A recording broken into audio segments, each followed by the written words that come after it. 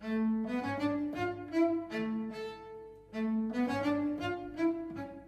do you get when you cross a know-it-all newspaper columnist with an awkward, unsophisticated everyman? Yeah. Well, I'm just not sure about that right now.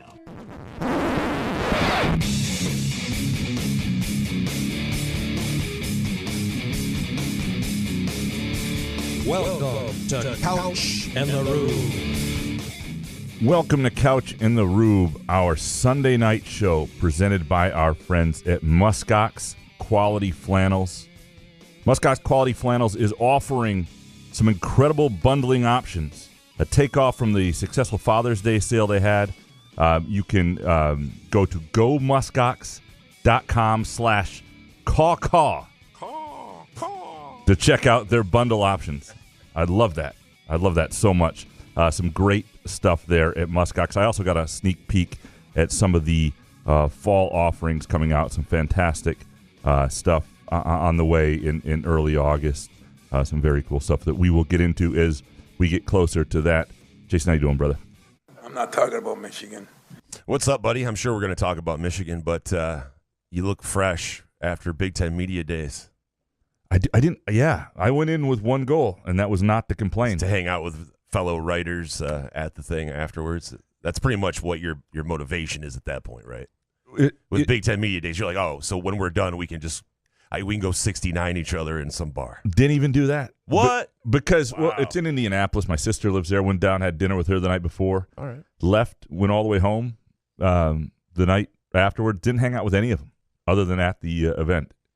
So we see each other a lot during the season. I don't really need that is true. More time with Solari and Charbonneau and Matt Wenzel. I mean, how much time do I need with those guys? That's a valid point. There's a lot of national writers slapping each other on the back. I don't need any more of that. There's some cool people to see, but they had it on the field this year. They've done that several years now. Okay, well, the last time you and I did it, we were down in some weird bunker room. Correct. And I'm like, Chicago, damn, of course. Oh, was that? Yeah, it was Chicago. Mm-hmm. Okay, my bad. Never mind.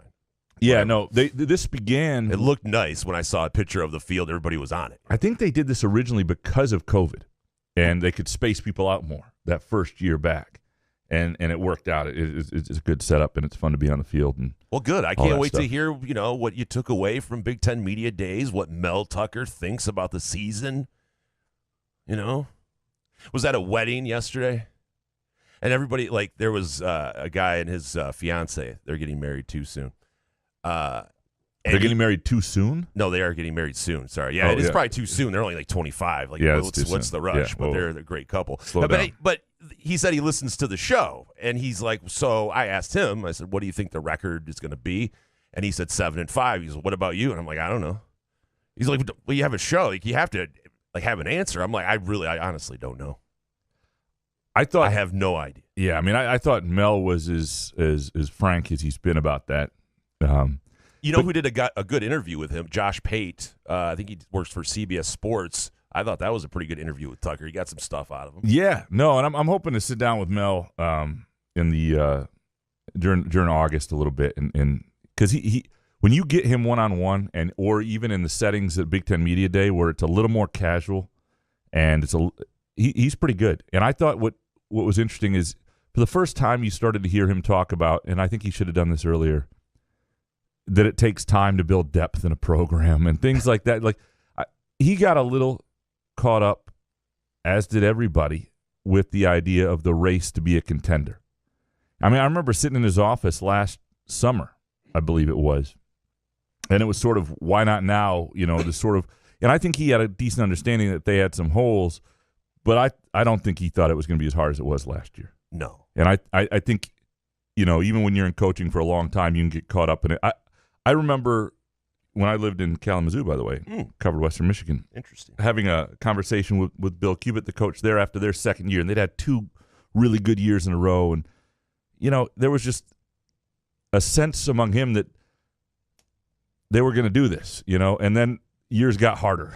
Things get hard. It's college football. Well, you have to have the faith, right? You have to believe that something's going to turn around, but especially the way the cupboard was bare when Tucker got here.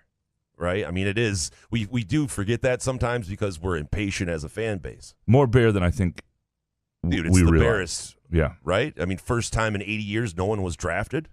I think it was as bare as it's been since maybe Saban took over in 95. Yeah, but to not have one guy make it to the NFL. Yeah, that's pretty. That's even more bare. Yeah, that's pretty. Jesus.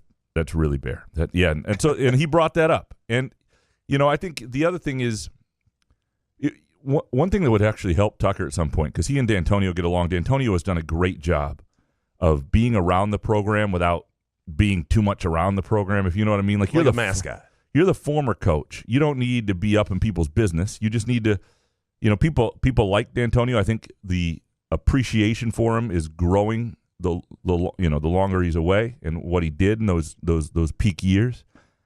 But if he's I did a really good had a really good conversation with him a year ago or a year and a half ago for an interview, and he was great. But I do think if he at some point said, I look back at how I left things, and I go, oof, that's tough. That was tough. That would almost help Tucker if he had that sort of comment at some point. But then you remember 36-5, and you're like, you know what? It was a fun run. It just was, burned it down, I guess. He didn't burn it down. He just ran out of steam. Okay. And however you want to. Yeah. Just didn't leave early enough, and a lot of coaches struggle with that. George Perlis struggled with it. Yeah. Very few coaches leave on top or understand when it's time to go and at the exact right moment, or don't believe. And the other thing is I truly believed Antonio wanted to build it back, and then he realized, I don't have this in me. And at that point, it was pretty far gone, and that's a tough place to come back from. Because as late as 2019, you'll remember, 2018 especially, but even 2019 until the wheels fell off, they had some dudes on defense, and they could play, and they went into, they played for a quarter and a half at Ohio State. They went toe-to-toe with them. They looked different than they've looked since, so all that stuff. So anyway, yeah. I don't know if it's a part of your hot takes, but how was the Northwestern situation at Big Ten Media Days? It was awkward because Northwestern's Who did they send as representatives? Anyone? Or? Just the new interim head coach. Jeez. And he was really good. Yeah. He was impressive. But he's a recent hire, and the AD was there, but not really available. So he was by himself, the new coach. David Braun, yeah. So he had no one else around him. And I thought he did really well for the 45 minutes he's up there. And he answered questions. Well, the thing that does help, and he did a nice job of straddling. I think he really likes Pat Fitzgerald, and he really thinks Pat Fitzgerald probably got a raw deal. But he did a nice job of respecting him while answering things well. And he also has the deniability of being a new hire, right? He was brought in January. This isn't his culture, so to speak. And so that was interesting. There are other coaches. I mean, Fitzgerald used to be great at this. I had a couple decent moments with Kirk Ferentz, and the MSU players were fine. It is what it is. The one thing I do like about Media Day now is it's closer to the start of practice than it used to be. There were times I used to really dislike it when it was about 5 days earlier than it was, and practice started a week later, and there was like this 2-week gap, and I was like, what are we doing here in the middle of July? But this was not so bad. Let's you want to dig into our our hot takes? Go first. As we do every Sunday, we dig into our hot takes and yours. All right. So I'll go number one. I'm starting to hear this cadence that this is a big year for Mel Tucker. And I'm not talking about just some people in Michigan State's fan base, elsewhere, national media. You go around this, it's a big year for Mel Tucker, right?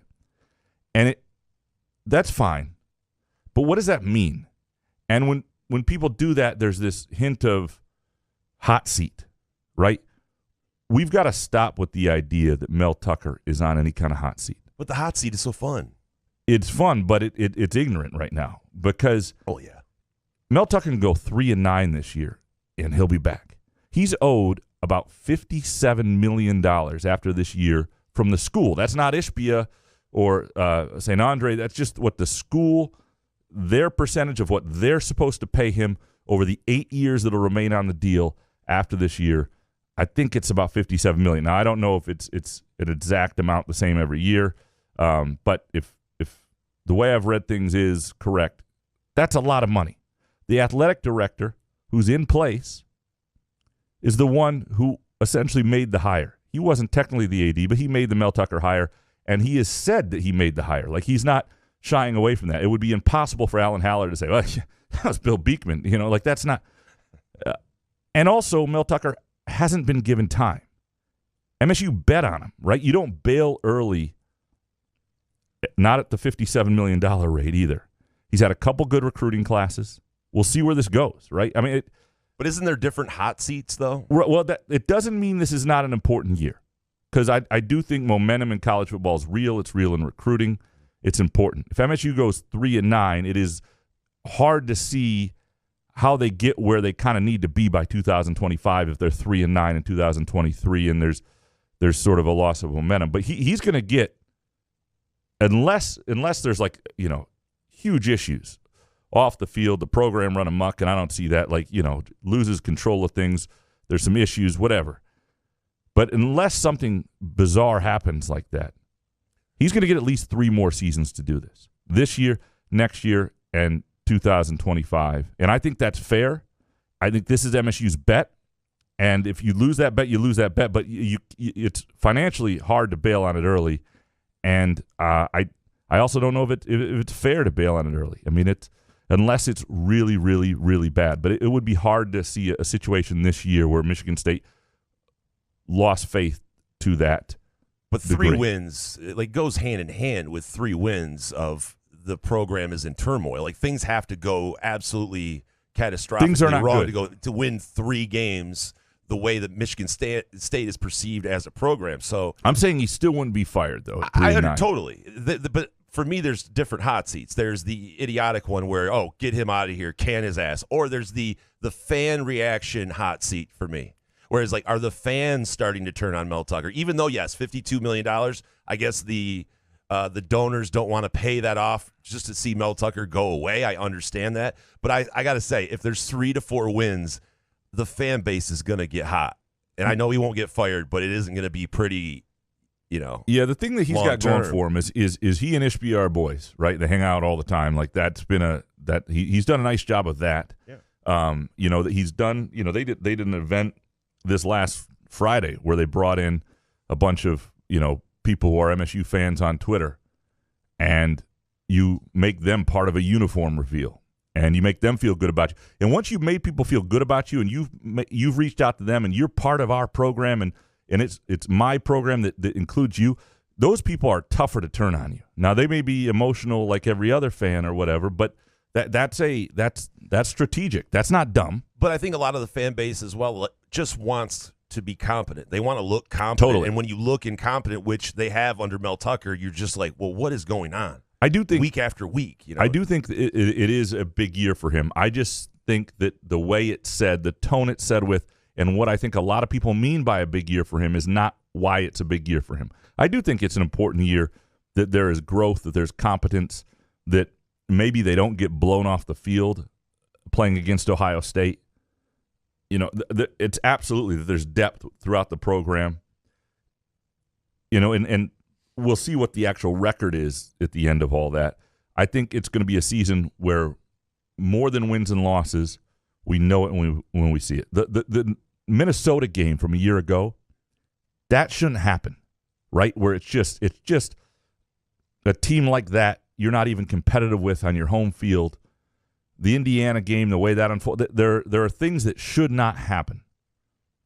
You could have it, but I'm also saying if things do happen, and there may be a lot of losing faith in him from fans and whatnot, he's not going to be let go after this year unless you've got a $57 million check. And I don't even know what direction the program would go, because I think, the reason people should want Mel Tucker to succeed, if you're an MSU fan, is not just that he's their coach and you should want your coach to succeed and this is your school and your team.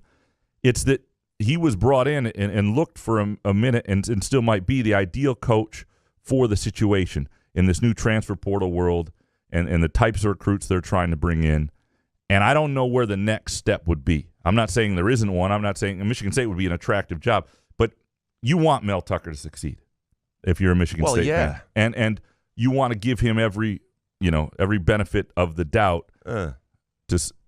Okay, maybe not. Every single benefit of the doubt. So we just have to sit there all season long and be like, no, let's give Mel another 5 years. No. I mean, I can't do that. But you're going to have him through 2025 either way. Okay. To me. And frankly, given the situation he walked into, and I know that you shouldn't have to wait for that to have competence and growth, but given the situation he walked into, 2025 is the fair year to completely judge him at the highest level. And next year, to some degree, but 2025, you can have a pretty, it's go time, so to speak. And if it's not happening then you go, okay, you reassess. Now, if they're winning 8 games, you're not getting, rid of him if he's a good coach, but you may start to doubt whether he can truly turn the corner to the degree that you want him to. And look, college sports is full of examples of places that were impatient and paid for it. And I do think patience is warranted. But again, I'm saying it's a big year for him. It's an important year for him because momentum is real and there are things that need to be seen. The tone in which I hear this is a big year for Mel Tucker, I don't think is accurate. That's all I'm saying. What is your first hot take? Jason, do you think that Bill Beekman...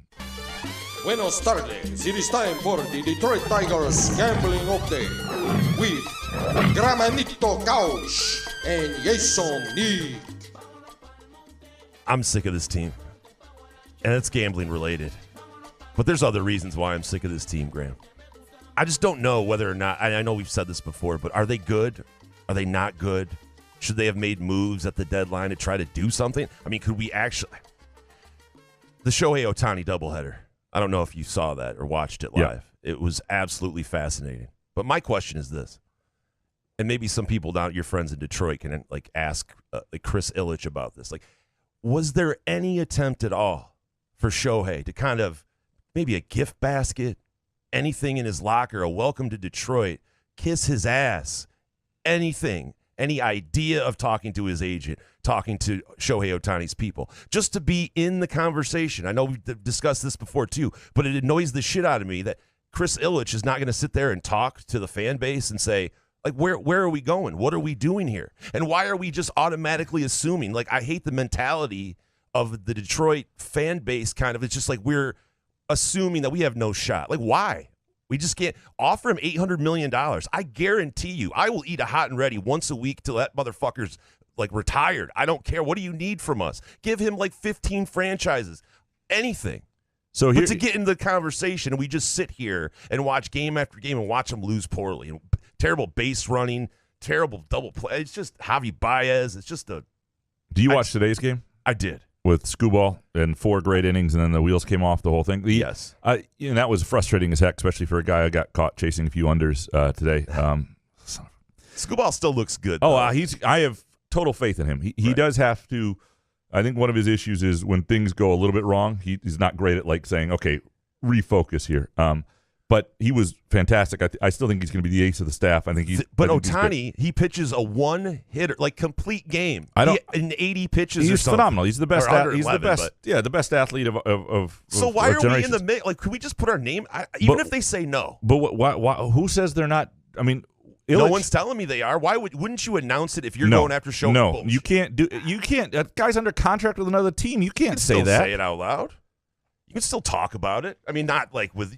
I don't know that it's the right move. He's going to stay on the West Coast. I think he's going to wind up in Seattle or someplace else. But at least we'll get in the mix, and maybe other players will well, the fucking Tigers mean business. Here's the thing: if it's going to take $700 million to get him, 800, whatever. Why not? Okay, you'll make it back. No, here's what I would say: use that $800 million on other dudes and put together a hell of a roster. Okay. But again, he's going to turn down your offer, so you can sit there and go. And if worst case scenario, he goes, all right, yeah, I'll come to Detroit. Fucking A. That place will be packed every single home game. I think they are going to do so. I think Eduardo Rodriguez is going to be moved, hopefully maybe to the Dodgers here at the trade deadline. I think they're going to make moves that hopefully make sense. And Lorenzen has will be Eduardo gone. said that he doesn't want to be here anymore? I mean, we just keep letting guys go. His contract's up at the end. He can opt out. Sure. That's what I mean. Have they had discussions? Would you like to stay here? If they don't, if he doesn't want to stay, Get him out To of here. me, he is maybe now that Scherzer's gone, Scherzer was struggling. He's maybe the best pitcher available on the market, and or he's one of them. And to me, there's value in him. And if they can get something nice right now, you do it for you absolutely do it. Then he hits 2 home runs. You talking about Ohtani? Yeah. Okay, Sorry. he's phenomenal. I know he's good. I'm just saying he does it in your own place. And I would just think that you're like, shit, let's just try. And I understand maybe they're not, but why doesn't Chris Ilitch talk to anybody? Talk to the fan base. Maybe not about Ohtani, but where are we going? Are you going to spend? He should be more vocal. Yeah. Yep. He should be more vocal. He should say the checkbook is going to be there for what we need. And Ilitch wasn't. Ilitch when he brought in Pudge and Ordonez and it was like they did it very systematically. It was like they brought in like one big dude a year. And I would love to see the Tigers, even if it's and then they would bring other pieces around them, but I would love to see the Tigers start on that road. And by the way, can I just say I'm annoyed by the Miggy thing. I'd like it's just enough. I know that he's hitting 300 the past 11 games, something like that. But I don't know why it annoys me, but it saddens me that it annoys me. But back to the gambling aspect of this, Graham. I think there might be a little opportunity to bet against the Tigers in this next stretch. They got Pittsburgh this week, though. I understand, not Pittsburgh, but after Pittsburgh. Tampa, Twins, Red Sox, kind of a 3-week thing there. The best bet that I'm debating whether to cash out in. And is it soccer? No. Okay. I have a futures bet, $25 on the Orioles to win the AL East that pays $400.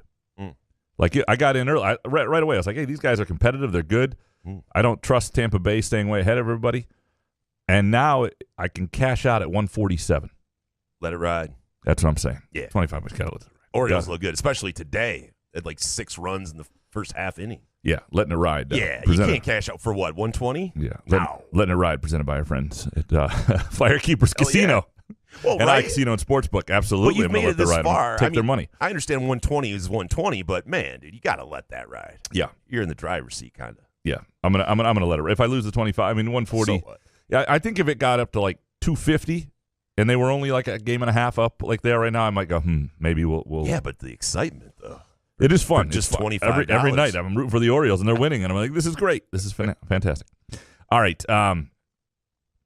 Second hot take from me, and I wrote about this in a column today. It is going to be such a better world for MSU, I think, when the divisions are gone in the Big Ten. It's going to be a better Big Ten, and I just can't tell you how much I like this, having everybody play everyone every other year. Just a straight standings. I didn't realize how much I was going to like this until the more we get closer to it. The best 2 teams in the championship game. And you could argue, maybe you don't even need a championship game, but other than, it's going to help decide a fair title in years where the top 2 teams don't play each other, which could be a fair bit. And for MSU, there are so many different avenues, so many different schedules and different seasons and who they'll play and who will be good. The variety is not only going to be fun, but it's going to be good for them. It's going to create more opportunities, especially if they can get themselves to a place where they're a consistent 8, 9, 10-win team. Because keep in mind, this is a 12-team playoff, and that's going to be the standard for which coaches are judged. Mel Tucker's judged, every coach now, for better or worse. When it was a 4-team playoff, it was hard to get in. You didn't get in the playoff, big whoop. You just needed to be a good team. Now the 12, it will be the cutoff. Like if you're a coach and you don't bring your school to that 12-team playoff at some point, you're going to lose your job. And so for Mel Tucker, it'll be about putting themselves in position to regularly be in that conversation, going in the last couple of weeks, being in the hunt for the 12-team playoff. And if you look at if they had the 12-team playoff for the last 9 years since the 4-team playoff existed, I think the average was 2.8 Big Ten teams per year would have been in it. There's generally going to be 3 Big Ten teams. I just think this is, rather than having, and I understand this is a year where you have maybe with Michigan, Ohio State, and Penn State, the 3 of them as historically good as they've ever been as a trio, and that's a difficult thing to hit your head against if you're Michigan State. But Michigan State's been fine against Penn State and Michigan. I think they're 5-4 against both of them in the last 9 years. Ohio State's a problem, but in 2025, this year I keep talking about, that they ought to be ready to play with the big boys. Ohio State's not even on the schedule. Now, that schedule is wicked. They get USC and UCLA, and they get Wisconsin, and they get Iowa, and they still have Penn State. I'm not saying it's going to get easy, but that's a team you struggle with. Like, there are going to be these years where you're not even going to have to deal with potentially the best other team in the league. And I can't wait to see it. Maybe it won't be as favorable as I'm thinking. Adding USC and UCLA could wind up being a bear, but I'm really excited about adding USC and UCLA. I am too. Right? I mean, I understand the purists that like to have it the old school way. I like that kind of too, but you got to kind of move towards the future, right? I mean, yes. I mean, and those are just two big brands and fun trips for. And I just think, you're only going to play one of those games at a time. Like the first year, they don't play either one of those teams in 24. In fact, 2024 schedule kind of sucks because it's exactly you're just playing it's like you're in the Big Ten East still, just the way it worked out. But in 2025, Michigan State goes out to USC and hosts UCLA, or it's vice versa. I should look that up. Hold on. Let me off. There he is. Hold on.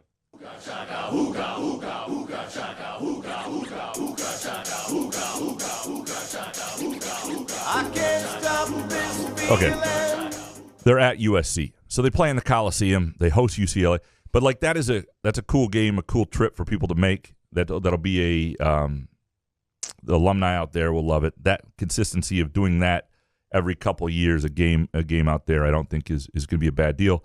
And when you look at the rest of that schedule, I'm not saying it's going to be easy. Michigan is your protected rival. Not easy. Would be easier if Indiana was your protected rival. But you get and you're at Iowa. That's wicked. Northwestern at home, Penn State at home, at Minnesota, at USC, at Wisconsin. Not easy. Not an easy schedule. But ultimately, at that point, Michigan State ought to be able to play with those teams. And Michigan State, when you talk about like programs, similar programs, Iowa and Wisconsin, two teams that before they split to the, to the East and West divisions, two teams that they had created mini rivalries with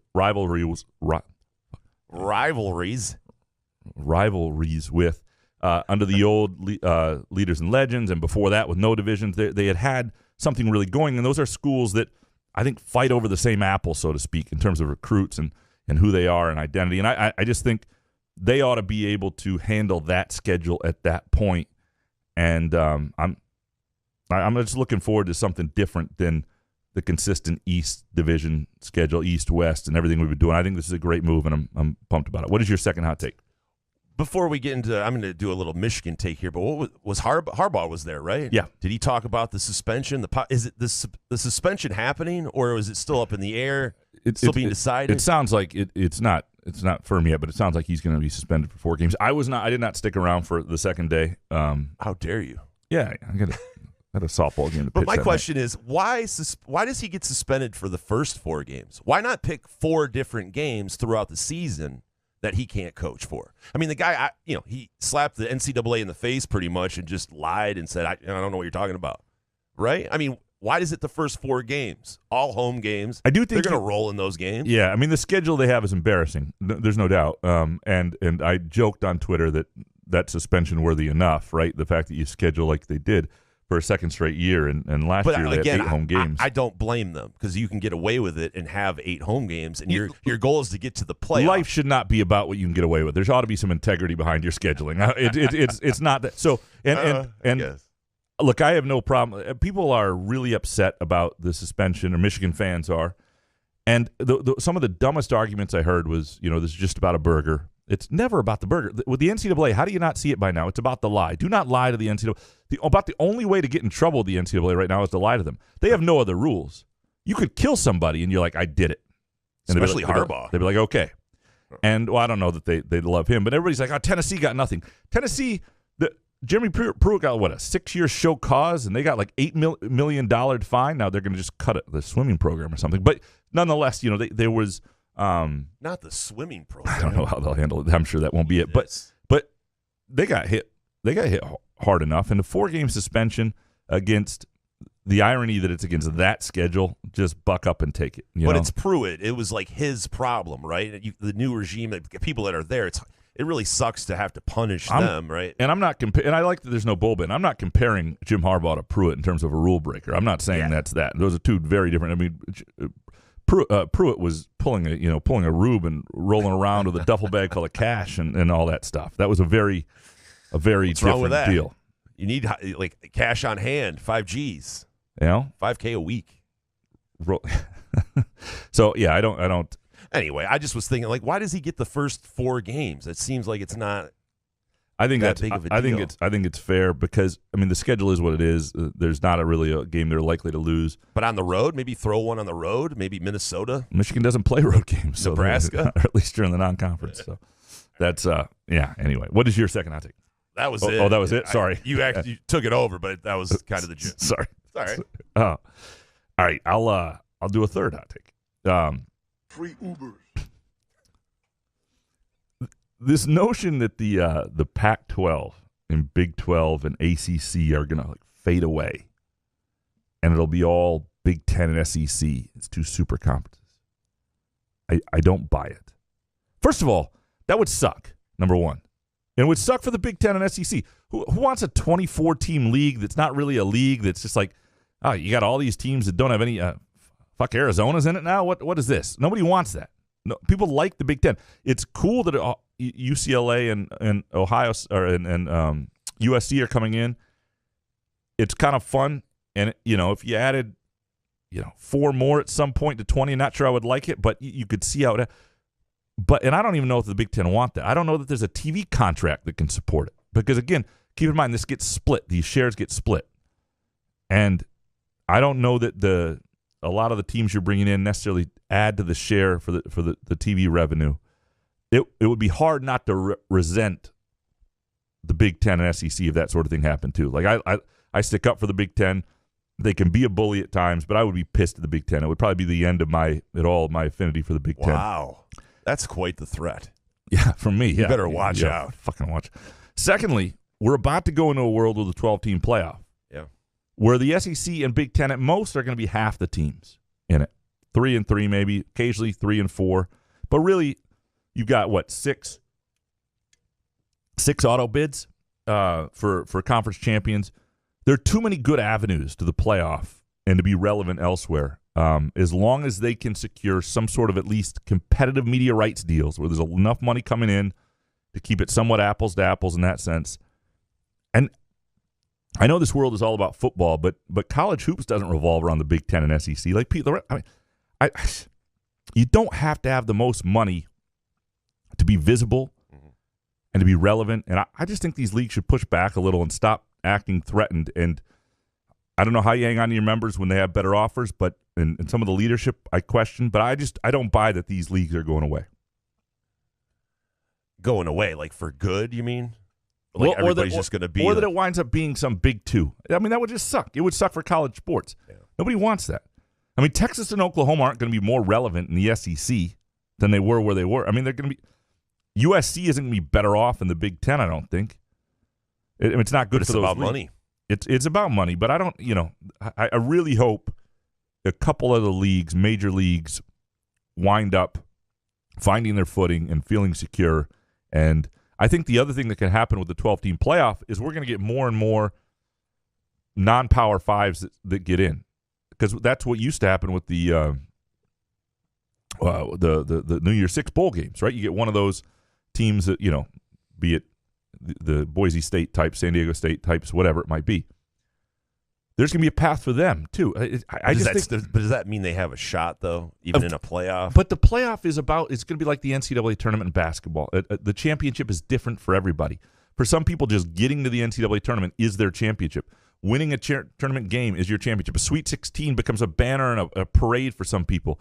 Some people, it's the Final Four. Like that will be. And I know I'm playing the hits here a little bit. I've talked about this a lot, but when does that stop? Yeah, that's right. But I don't think that I don't think you need to be able to win the playoff to have the avenue to the playoff be a really big deal for people and to help recruit and help parity throughout college sports. I think the 12-team playoff can't get here soon enough. It'll help parity and help calm some of this down. What is your third hot take? Back to Ohtani real quick, though. I say that new rule for baseball. if your team is under 500, you have to pitch to Ohtani, right? If you're under 500, because I know Toronto did it. They're over 500. They should have did it in the game prior, but I just think that you have to pitch to. I don't want to see like another Barry Bonds situation if he gets close to breaking Judge's little home run record. Yeah. That would be great, by the way. All right, so this is my other take. You tell me if you're going to be able to do this. My friends, our friends Jordan and Sam, Jordan, the Michigan fan, got married. They're on their honeymoon in Greece. He texts me this morning and goes, you can't flush the toilet paper down the toilet. You have to put it in the trash can. Oh, that is some places, yeah. You have to do it. Like, would you be able to do that, it's or would you just try to flush it? Are they on like a cruise, or what are they in? No, they're at a nice resort, or I don't know. I've heard of that. Steph Curry is staying where they're staying. I've heard of that places. It's disgusting. I can't do. There's no way. I would have to Yeah. Does it automatically? Don't they have clog? like a bidet there or something where you don't need the toilet paper? He said much? no bidet. He just said he was going to hop into the shower, which is something I would have done because I'm not going to sit there and no trough. Look at no trough. You can't flush the toilet. I'm just saying. I kind of ruined my trip. No. Yeah, I mean, one of the reasons I lost several pounds in Paris and England in a very short stint. Number one, we do a lot of walking, and that helps, and it really does. But secondly, you're aware of the bathroom situation not being like I'm around my wife all the time. We have a shared room, like the bathroom is right next to our bed area, right in the Airbnb in Paris in the hotel, like. And every once in a while, every guy knows the trick that, you go find, you find the lobby hotel bathroom, you find the basement hotel bathroom, you know where to go. But, like, you don't want to be such a pig and eat so much that that's an issue for you on the trip. So you eat better, you eat less, being very aware that you may not have the privacy you often have at home. So you eat less because you don't want to drop heat and then stink someone out. Correct. Well, that's where the courtesy flush comes in. But beyond that, you just don't want to have to go as much. You want to be able to. That is in public for sure, but if you're back at your hotel, I know it's tight quarters possibly, but you still. Nah, I'm not there with my wife flush. yet. Not there yet. Not there. Listen, I totally understand, but it helps. I'm not. The other thing is, I love it. I eat less. I feel great when I come home. I get on. It's the absolute. It's the absolute best. I would like to make that a story we're telling, but I'm not going to do that because I don't want to read after talking about our sponsor. Quick story. So speaking of Jordan and Sam, they had a great wedding in Gun Lake. At Gun Lake there. We had rented a house. So there was I think 12 of us staying in this house. And there was I think 2 bathrooms. And the bathroom was right next to our room. And so I opened the door to go into the bathroom. Opened our door to go into the bathroom. A girl comes out and it smells god awful. And I didn't know what to do, so I just ran back into the room because you know what I mean? I understand everybody goes to the bathroom, but it is kind of weird knowing that you're going to see that person, having drinks and stuff. I'm like, oh, man. Drop some heat. Unbelievable. Yeah, there's still things you just, I'm just saying, it's sometimes you got a courtesy flush. Well, not only that, but hotels need to, there are too many hotels that have these, fogged over glass bathroom doors. Nobody needs that. I enjoy that. A nice fogged up door. Makes you feel fancy. How about some solid oak, man? What are we doing here? You staying at a travel lodge? I don't care. And how about some oak? How about not putting the bathroom 3 feet from the bed? Let's put some space, and man. No fan. There's no fan in the bathroom. How are you supposed to be in there with your wife? You can't. Those quarters, and there's no fan. So you eat less, is what I'm saying. And you get in shape. It's the best. How many years into marriage can you just start hammering logs, though? No, you never. I don't think it'll happen for us. I don't think it will. 20 years. I don't think it will. 25. No, I mean, I'm not saying you're hammering them with the door open. I'm just saying that you're. I don't think I would have. I would you don't be too have embarrassed. to come out and be like, "Whoa, don't go in there." Am I right? Like your uncle used to. Certain. I mean, I have friends who I think can do that and can deal with it. But I have others who I know can't. I don't think I'll ever be one who can. I'm with you. I don't think I could ever do it. But 25 years from now, who knows? All bets are off. I've got a buddy who lost his sense of smell. Right? Literally, he has no smell. He hasn't for years. And in a lot of ways, that's great. If you had to change a diaper, or you're around Europeans and body odor or something, that's great. But the problem is, every once in a while, he'll leave a bathroom, and he won't know. And then he doesn't know. He won't know how bad It is bullshit. And Bullshit. And then guy knows when you take a heater, no matter if you can't smell or not, dude. So, I don't know what happened to his sinuses, but I guarantee you drop one, it goes through whatever those are. But then, like, his daughter will come in and he'll hear, like, grumbling from real, like, oh, Dude, shit. I could pinch my nose and I could take a shit. I would guarantee I could tell you whether or not it's gross or not. That's fair. Yeah. This might be the best part of any show we've done. Good God. Oh, I can't even imagine listening to this right now. You tried to figure out a live read, weren't you? Yeah, no, not going into one from that. We'll figure out another way shortly. Let's dig into our listener hot takes. All right. Matt Venny up first. Number one, at Big Ten Media Days, Mel Tucker was the most open and straightforward he's ever been about the state of MSU's football program. 2, Darius Snow will never play another down for MSU football. And 3, MSU and Michigan will have the same record this season. Ohio State will have at least 3 losses. These are fairly hot takes. Number 3, for that to happen would be an incredibly interesting season. And what it would basically mean to me is Michigan sucks. Well, Michigan State overachieved. Michigan State would have to get to like 8-4 probably. Given Michigan's schedule too, I don't see how that.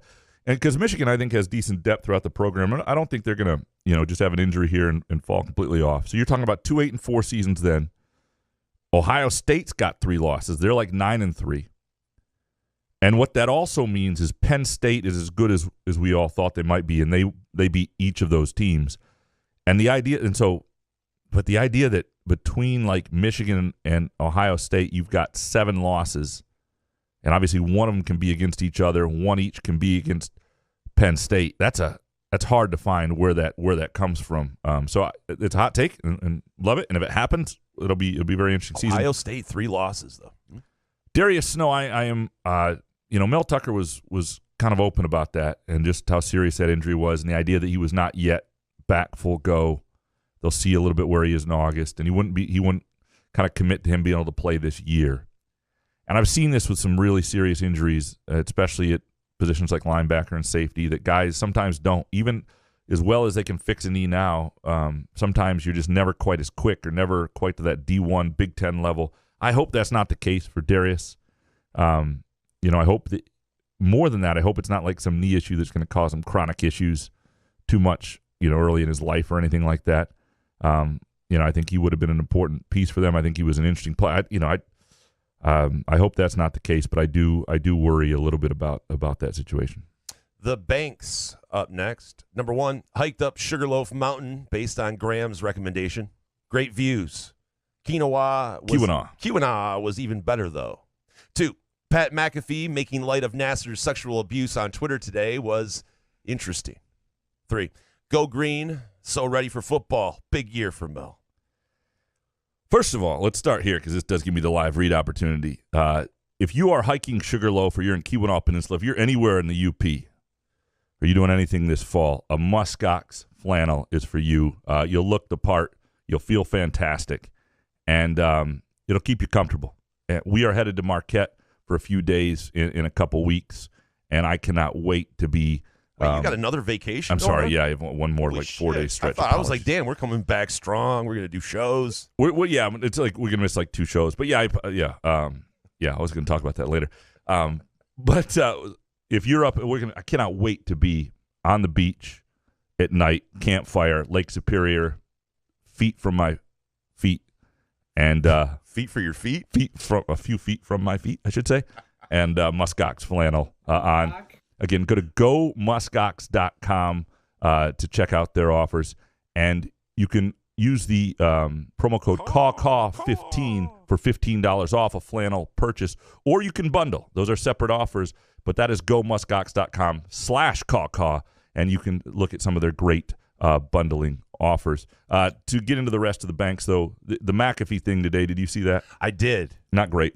I did. I don't think that he was goofing on sexual assault. I think he was just saying the neon jerseys are so ass that you can tell. Yeah, he's just not plugged into it. He didn't understand how big a deal and how serious a deal that was when it happened. Although he was in Indianapolis, and Indianapolis is where the Indy Star was, and they were a big part of the beginning of that.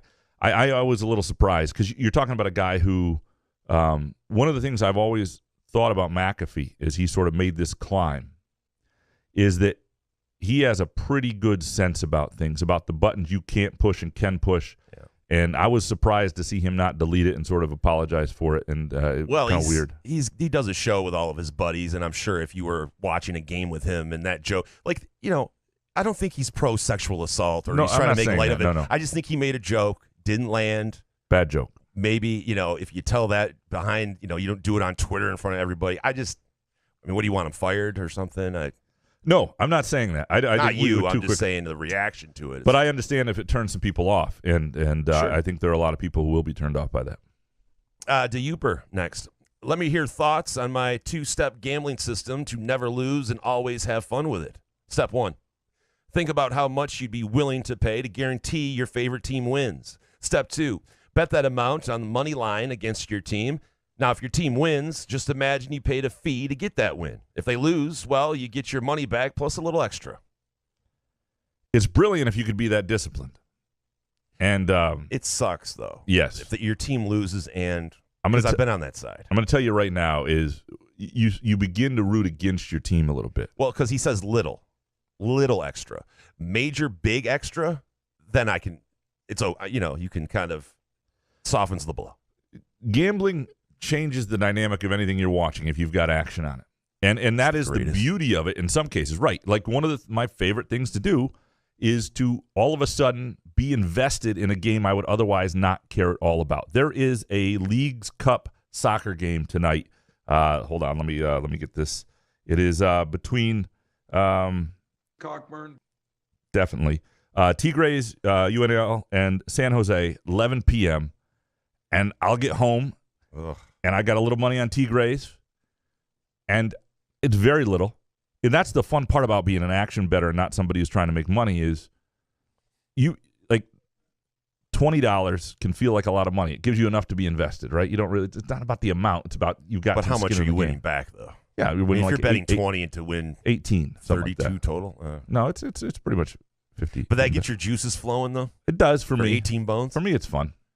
I might put 50 on this one. I like Tigres. Wow. But I'm just saying that is. I didn't mean to twist your arm. No, I'm kidding. Actually, I'll just put 20 on this one.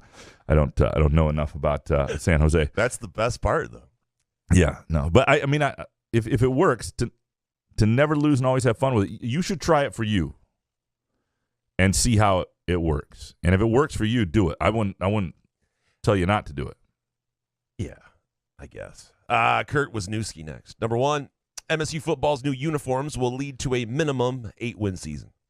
2, the Tigers won't finish below 69 wins, but if they don't trade their pitching for hitting, that will be the number next year. 3, Mel Tucker did a great job at Big Ten Media Day. Perfect answer for the rivalry versus scum. I think he did do a nice job with that. And, early on, it was D'Antonio's greatest strength in terms of ingratiating himself to the fan base. Pride comes before the fall. It'll never be over. All that stuff, right? And then he had these little digs. As they started beating Michigan, he had little digs on them, right? And Tucker's gotten off to a decent start. He's 2-1 against Michigan in 3 years. That's a great way to start, given where they, where the fact that they've been pretty big underdogs in all those games. And if he can keep winning his share against Michigan, that's another thing we talk about in terms of people liking him and being willing to give him time. You keep winning your share in that rivalry, people will give you time. That rivalry means so much. He talked about it. He goes, the reason, and some people gave him shit, but it was like the reason you can never escape. I mean, he hears about that every day. Not a day goes by, not a week goes by. People, and that's the way it is for every coach at Michigan State, especially in the football coach role. And I thought he handled that, saying it was the most important game and would be as long as he was there. That's what people want to hear. They want to see that you care, that you are in the foxhole with them, with that game. And I think after last year, I think it means even more to Mel Tucker. I think he won't say it, but he was pissed off about what happened in the tunnel and the way Harbaugh sort of pushed that and requested charges, and the way the Big Ten didn't kind of chickened out on coming to anybody's aid and didn't give him a lot of guidance. I don't think he was real happy about it. And I think sometimes it takes situations like that to get your juices flowing, right? Yeah, you got to join the rivalry that you haven't been a part of, so to speak. Yeah, right. 'Cause you can watch all that stuff, in the past, but you have to live it yourself a little bit. You start to deal with it, and it becomes personal for you, and I think it probably is even more so now for Tucker. Matt C. next. Number 1, why doesn't the LSJ hire a journalist whose sole purpose is to destroy Michigan and the city of Ann Arbor? Blatant corruption, lack of institutional control. This would get massive readership. Everyone outside of Ann Arbor / alumni hate that school. 2, MSU's going 10-2. 3, MSU basketball is winning it all. Never been a squad with talented grown men like Tyson Walker and NBA freshmen. Can't wait for Graham's articles on Cohen Carr's greatness this fall. Izzo pulled a rabbit out of the hat there. Don't coach my team. I love the passion here from Matt C. on the Very, idea. very passionate. I brought this up to my wife when I read this first about the idea of, why doesn't the LSJ hire a journalist whose sole purpose is to destroy U of M and the city of Ann Arbor? I mean, that's not really our role. I mean, I understand you're right. It would get massive readership. We wouldn't be taken seriously as an entity. Quite the trade-off. Yeah, right. Yeah, it would get massive readership for a while. It's become the New York Post of just destroy everything that's going on there. Look, Cohen Carr. Izzo had a quote about him when I was in his office for a different story I was working on when he and Mel Tucker and a bunch of other coaches were on the aircraft carrier recently. And, he was asked about Cohen Carr, and he said things about him that made me think that Cohen Carr could be a player right away and could be a contributor. Like, he loves the aggressive defender and rebounder he is. And those are the things that I've been saying. Like, that's his ticket. Oh, have you? It is. Who's on board the Cohen Carr train? I am on. No, I just said I haven't seen anything yet. Welcome aboard, Graham. Yeah, thanks. You're welcome. It's going to be fun. Yeah. Some dude next. Hot takes, Moneyball edition. Number 1, after seeing for myself, I can truly appreciate how you could not possibly project anything from Moneyball. 2, now I also can't help myself, and I'll say that if it seems that Fears really will look for and be very comfortable with the physical play that is coming his way. 3, love seeing the little kids go for autographs, so I decided to try to get Graham couches. And bonus, good thing I am a show listener, so I didn't find it strange that Graham was staring at my thighs. Appreciate you guys. Thighs are kind of my thing. So you didn't sign his autograph? No, I had a good conversation. Enjoyed it. Enjoyed meeting him. Yeah, we had a good chat, and I always, one of my favorite things. I mean, you were talking about meeting listeners at the wedding this past weekend. Yeah. I love people coming up to me. It is flattering coming up to me. It wasn't just about the show. Yeah, it wasn't just yesterday. It was at Jordan and Sam's wedding where the guy came up. He's like, "I appreciate you, man." And of course, I didn't get it. I was like, "What? Oh, I listened to the show." So there was it's crazy. There was a woman in her 60s or probably 60s who came up to me and was like, "I listen to every episode," and like women in their 60s is not the demographic I naturally think we have. Did she tell you her age? Or you're assuming she's 60? I'm guessing. And she listens to the show? Yes. Okay. She may be older than 60. She may not. Right, go that way. She may be 50. I don't know. You know what? I don't know. Go either way. If I had to guess, how did you Graham Stout her age? I would have to guess she's 60. Okay. But she listens to the show. You could just chop off 15 years. Like, no one knows. Like, only she knows. Because then she wouldn't know I was talking about her. Because another woman who might be I think was about 40 came up the same day, and it was really flat. You know, that's cool. So I just think it's really cool. People shouldn't be ashamed of their age. We're all getting to be old. Like I just think the whole old hacky thing. You can't ask a woman her age. But I was really flattered by that, and it meant a lot. And so yeah, that was. It's right in our demo. 60-year-old women.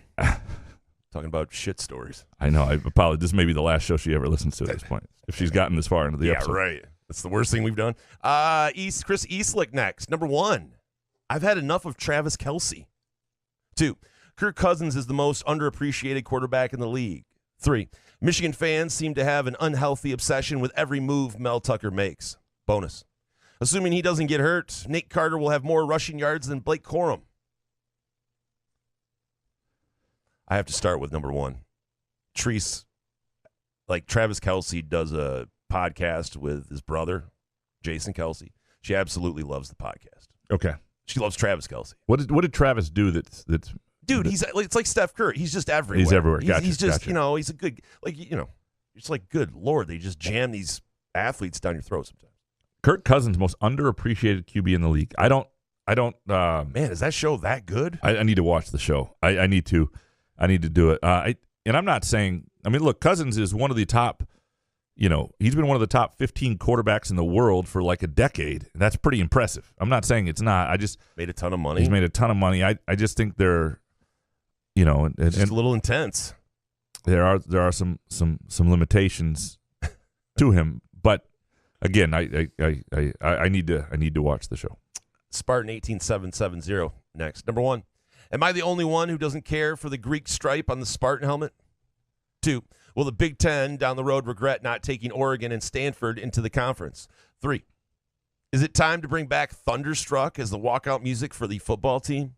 And bonus, I have a solution to your Old Town, Rio Town distance conundrum. Homeless rickshaws, a la Seinfeld. I'm picturing that episode with the Kramer pulling. Was he pulling Newman? I think I forget. Anyway, I don't know. The new helmets. First of all, what I have to say about the new helmets that everybody I saw on Twitter said were straight fire. Does that offend you? Using look, straight fire? You don't like young people? I know this. Michigan State has great classic helmets. Don't fuck it up. You don't need to mess with it. I'm not saying you don't want to have cool alternatives and cool things that recruits like that stuff, but don't shy away from you don't have bad colors. You've got the colors that pop. You've got helmets that pop. You've got helmets that tug on the heartstring of your fan base. Don't screw that up. Don't screw that up. And don't think any of these, alternative uniforms you're bringing, all black or whatever it might be, are better than your actual uniforms. They're not. You have great freaking uniforms. You have classic uniforms. But it's nice to switch it up once in a while. But that's not straight fire. Rich Searing next. Number 1, new uniforms are great, but winning is what's important. 2, I still think Penn State is the dark horse for the Big Ten this year. And 3, if I hear the word woke one more time, I'm going to lose it. People can't even agree on what it means, and it's tossed around all the time. Yeah, it's woke couch. Yeah. There's a lot that we could get into that. And look, got his own Twitter account. I do think people use it. Sometimes people say you're woke, and I'm like, actually, this is a really good opinion. If you think that's woke, then I find it as a compliment. And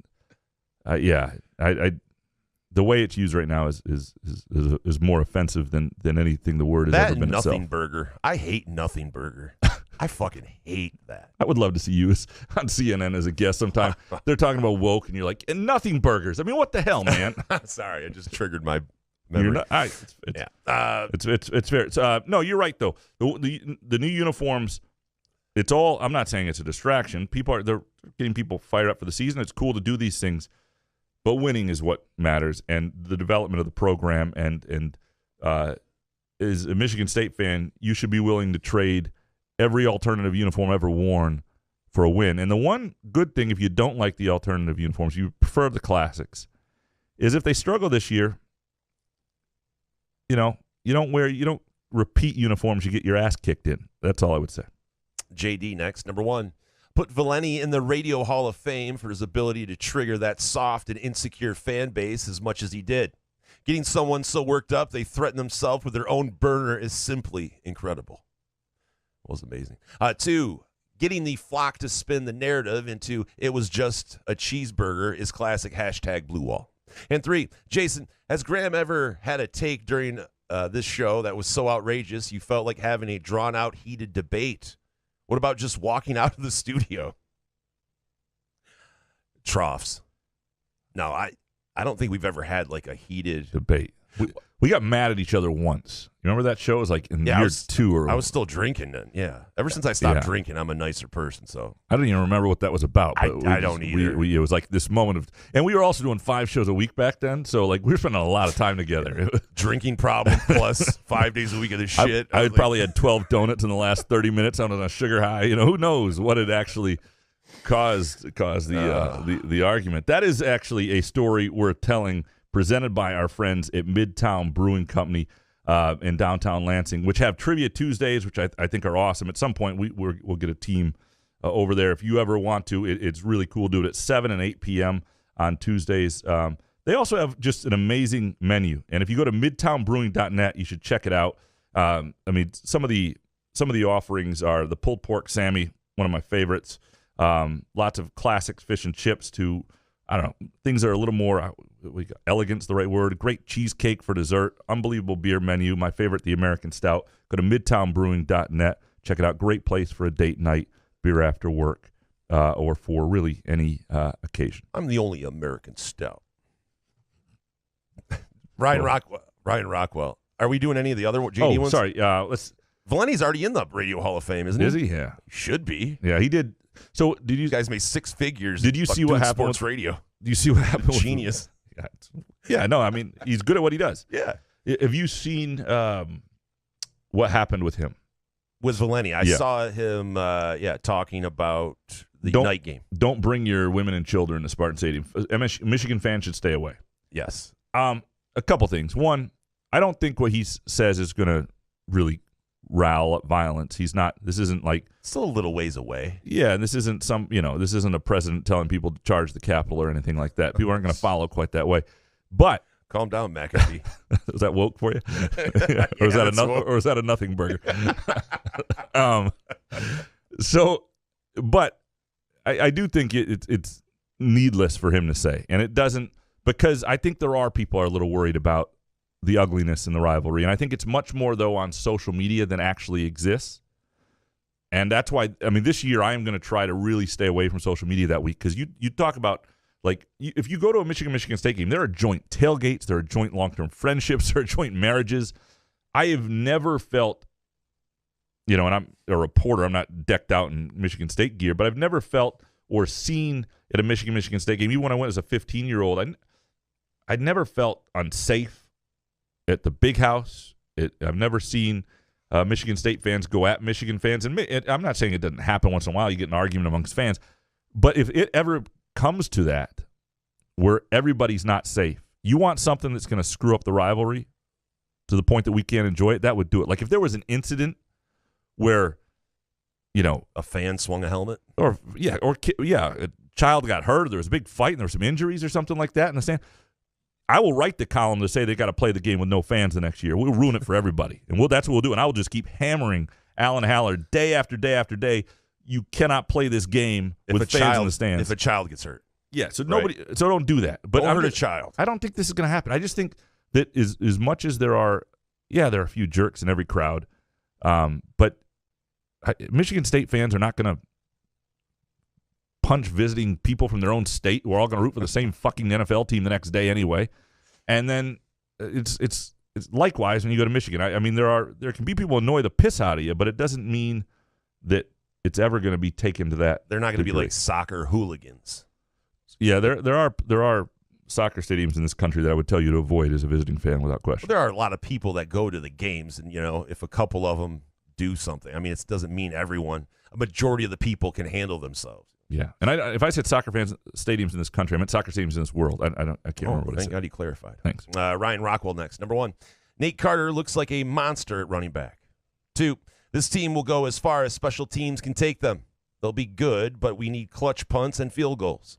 3, Graham, I love you, but the talk about unlimited PTO, travel for work, and other work complaints go over like lead balloons.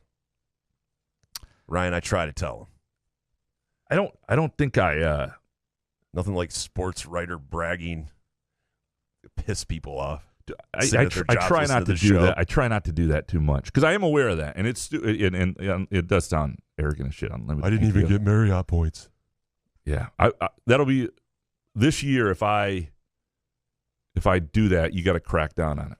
You got to really come at No me. mint on my pillow. You got to really, if I ever do it. Guys, it's Who's your manager? pretty charmed existence. Kenton up next. I want to be hopeful this year, but there's so many unknowns for MSU and a history of poor coaching from the offense, defense, and special teams, even in 2021. That being said, I think Tucker is fired if he goes 5-7 or worse. But there is a record that would guarantee it 2-10, 3-9, or 4-8. It's just not going to happen. Now, if they're 2-10, the wheels really came off, because that means they lost 10 straight games, or they lost to CMU or Richmond out of the gate.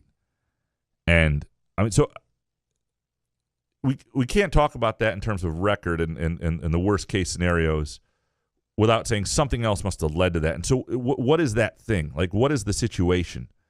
Now, if you have a situation where your 3 scholarship quarterbacks all suffer season-ending injuries by the end of September, that's different than if 16 players walk out of the team and you've lost the locker room, right? They're just two totally. So what is the circumstance that leads to the disastrous year? Do they blow the end of 6 games and it becomes part of who they are, and there's horrible clock management and people are really frustrated? What creates that, and how good are the teams they're playing and the situations? I think there's a lot of stuff, but I do not think any normal season, even with a bad record, would get Mel Tucker on the hot seat even after this year. I think he would. I think he's going to have. I think he's got 3 years to do what he sort of said he was going to do. Because even at that point, you're talking after this year, there are, I believe, 8 years left on his contract. So after 3 years, there are still 5 years left on that deal, and would be probably about $35 million that MSU owed him. Now, if things were really bad, they would find a way to do that, I'm guessing. But you don't want that to be the case. You want this guy to succeed, him to be your coach. You want him to be as revered as Izzo or those who revered D'Antoni. You want him to be revered. You want that for him. Gavin Haas next. Number 1, MSU football's new uniforms are perfect. Leaning into the Greek theme and the new shadows uniform combined for excellent creative choices. The design team and Nike killed it. Nike's been killing people for years in their sweatshops. Oh, that's some woke-ass shit right there, man. Yeah. All right. Nothing burger, don't worry about it. I hate it. 2, the Tigers will finish 3rd or worse in the AL Central.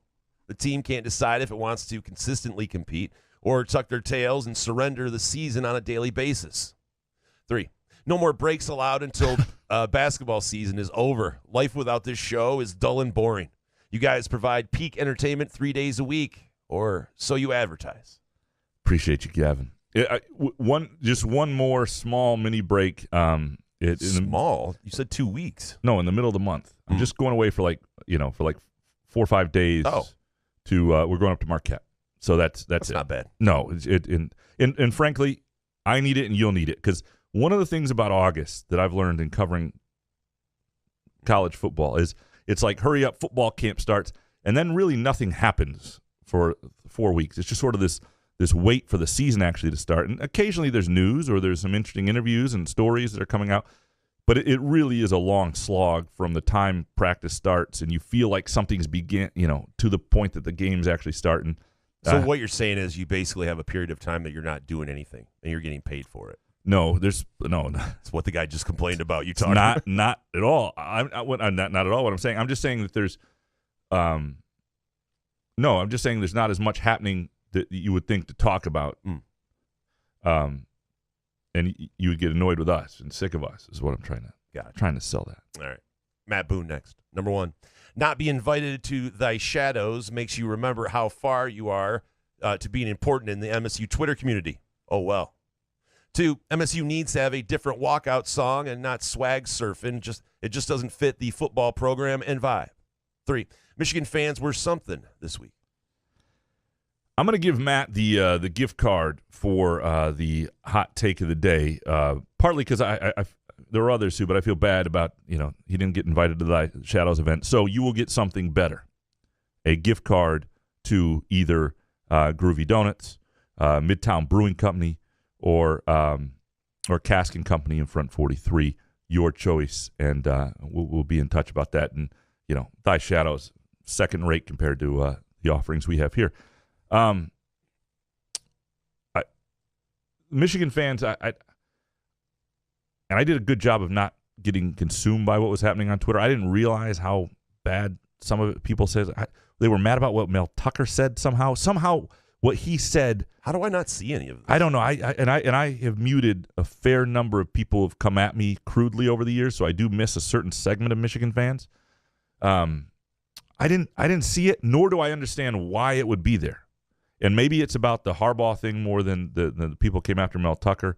I do think that some of that stuff was just like you can disagree with the punishment, but if you think this is about a cheeseburger, I don't know what to do for you, because that's just not what this is about. This is about them feeling like you're dishonest in an investigation, and that's whether he was or not. Beside the point, that's the punishment, and I was weird that so many people seemed not to understand that. And what the NCAA is cracked down on is people who tried to have an advantage during that COVID period where they weren't supposed to have contact with athletes. That is one of the things they've really stood firm on, and this fell under that. So that's what the actual punishment was for. Professor next, number 1. Noah Kim has more passing touchdowns this season than Peyton Thorne did in 2021. He had 27 of them. Bonus, most parades suck. Who needs to stand and cheer for a local real estate company? What parade was around? I'll be honest. I was at the Bastille Day parade in Paris a couple weeks ago, and it's a little different than like going to one in Mason. Is this what people talk about when there's like bragging and PTO? And I'm just sorry. I mean, I actually went to a parade. Yeah, it was in Paris, France. Parades are ass though, mostly. It was ass. Okay, and it was my wife, bless her, did the best she could not to call it ass. But we got up early for this famed military parade in Paris on Bastille Day. Was Kate Middleton there? I mean, anyone? The president of Paris was, or prime minister, whatever he's called. We walked miles, to get to a place, because it was a lot of things were, roped off, and to get to a place where we could see it, and we were among the people, and it kind of sucked. And then we left early, and we went out and had an amazing brunch. But it was like, and I'm glad we beat the pack. But I remember thinking, I was like, and I knew coming in I didn't really want to go to a parade, but my wife was all in on it. So I didn't want to say out loud that it sucked, because she would feel bad. And I think she thought it did too. It's just you can't have an opinion on it. You can still go to it. Yeah, and you can still try to have fun, but like, hey, this is kind of ass. There was an unspoken bit between us. Why can't you talk about it though? Yeah. She still wants to do it. You're like, okay, I'm just saying this is kind of ass. No, we had an unbelievable morning, and we would not have had that morning if we hadn't gone to the parade. But the parade sucked, and that was not even a local real estate company. That was the military and the flyover. You love the military. Nestle's. What does that mean? Oh, the one-legged lady that brought you groceries and you just goofed on her. Wasn't she a vet? Okay. Army vet? Okay, we may have to fix the first thing in post. I didn't goof on her. What is goof on? Leg sweeped her. You told her, it's like, you shouldn't be doing this. And I was like, weird. No. Big fan of the military. Not how the story went.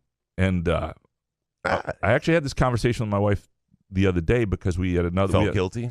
We had a shopping delivery incident where we had probably the worst service we've had, and it was 2.5 hours late, and it was some interesting substitutions for things that we ordered, and some things that needed to be cold that felt like they'd probably been in a car for 6-7 hours. You're like, what's going on here? But were they an Army veteran? Or? She does not think that woman was necessarily for sure an Army veteran. I remember thinking she was. Well, how did you come to that conclusion? I don't remember. I just know she had she weren't fatigued. She just had one leg, and so you automatically thought she was in the military. The problem she lost was her leg in war. This is a point where we had just started having people deliver groceries to us, and it's a rainy day, and I'm probably making it worse than it actually was. And some woman's carrying all these groceries with one leg up to it while we sit in our air conditioned house. It sucked, man. It made me not want to ever do that again. Was she wearing dog tags? Like, how would you just? I don't remember. I just remember it the way I remember it. Wow. Okay, Harbaugh. Nestle's Quick Hotel next. Number 1, new uniforms are cool, but if you lose by 10+ points in any of them, burn it immediately. 2, the Michigan game being at night won't add any extra danger for visiting fans. However, MSU will enter it with 2 losses already and win. 3, MSU will follow that with a deflating loss to Minnesota. I don't think Minnesota's going to be that good this year, but that could, on the road, tough game. The schedule for Michigan State is just wicked. Like, Maryland's going to be tough. That's early. On the road at Iowa. But I think most Michigan State fans would happily sign up for 2 losses already and a win over Michigan. Sure. Without question. Yeah. Because, first of all, at that point, hold on, give me some Hoff for 1 second. Right.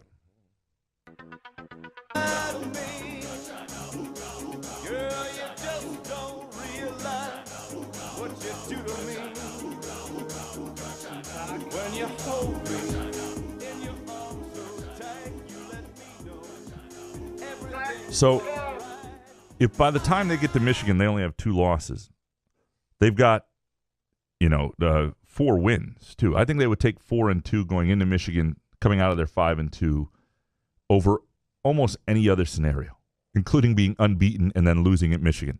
They would rather be that. Don't you agree? Yeah, I just hate talking about 3 losses, 4 losses. I'm supposed to be okay with that. By the way, 10-plus points, so if you lose by 1, you can keep the jerseys. It's just like if it's a disastrous game, it's. But we're talking about 4 losses this year and being a good season. It's like, are you going to be able to keep any jerseys? I think they wore the neon pants when they played Illinois, and I think they've worn them since when they had that huge loss. So they apparently don't believe in the same things that I do in terms of, getting rid of uniforms or what's the word when something is you set them on fire? Superstitious. Yeah, that's the word I was looking for. Thanks. Nick Palmer next. Number 1, college football magazines are great, but Athlon Sports might print a little early with Keon Coleman being an all Big Ten first-team projection. 2, the dam is starting to break on the Tigers. 3, August is the Alavila of months. Just not good. You mean Mr. Ass? Yeah. Chris Ilitch hanging out. I don't hate August, but I know what you mean. Like, football's around the corner. It depends if you get a vacation or something. If you're able to, a lot of people get their vacation in August, get away a little August. bit. Yeah, football's close. Starting to get at like 70 degrees. I don't know. Yeah, I like fall. The to your point on number 1, the Athlon sports stuff. I used to do a lot of these magazine things, and including for Athlon. And one of the things that always helped me is I always missed my deadline. I frustrated the hell out of my editors, but by the time I actually filed, many of these things had shaken out already, so the story was able to be accurate. Now, I don't know how these magazines are doing it in the day of the transfer portal, and they shouldn't. And the internet? Well, but they shouldn't have.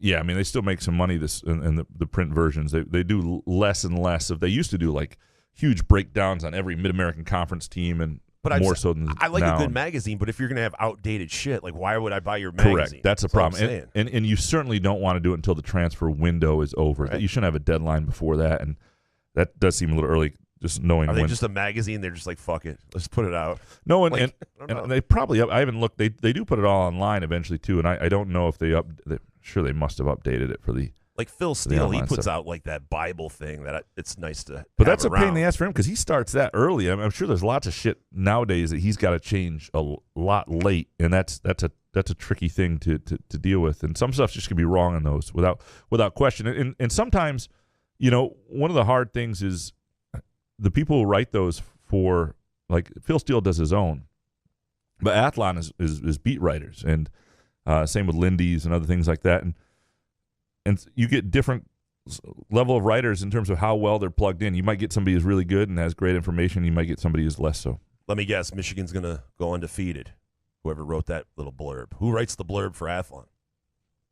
For Michigan? I don't know. Oh. Richard Kane next. Number 1, MSU makes the Frozen Four by 2025. 2, soccer offsides is too rigid. The game would open up and be more exciting without it. 3, past tense of sneak is sneaked, not snuck. Any dictionary saying so is wrong. The past tense of leak is not luck. Of streak is not struck. Of creek is not cruck. Appreciate you, Richard.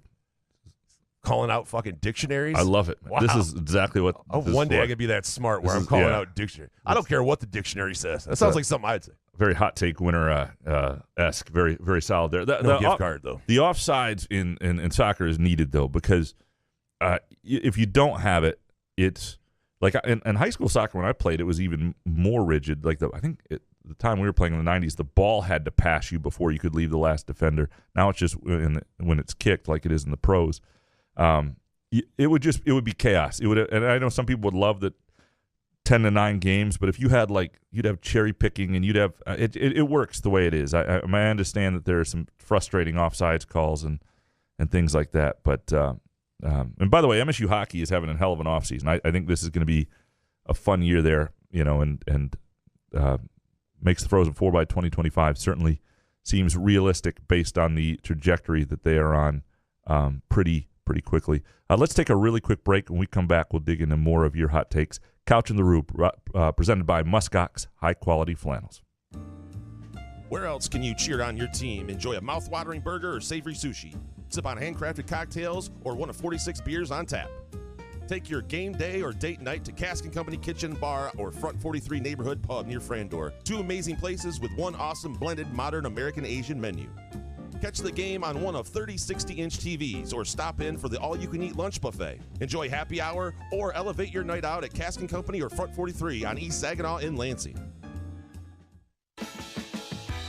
If you're looking forward to cool summer nights at the lake or backyard gatherings, make Muskox's spring and summer flannel collection part of your summer experience. Muskox's lighter weight 3 Seasons flannel is perfect for warmer weather without sacrificing Muskox's noted softness or high quality. Plus, Muskox donates 10% of every $100 purchased to the Alaska Wildlife Conservation Center.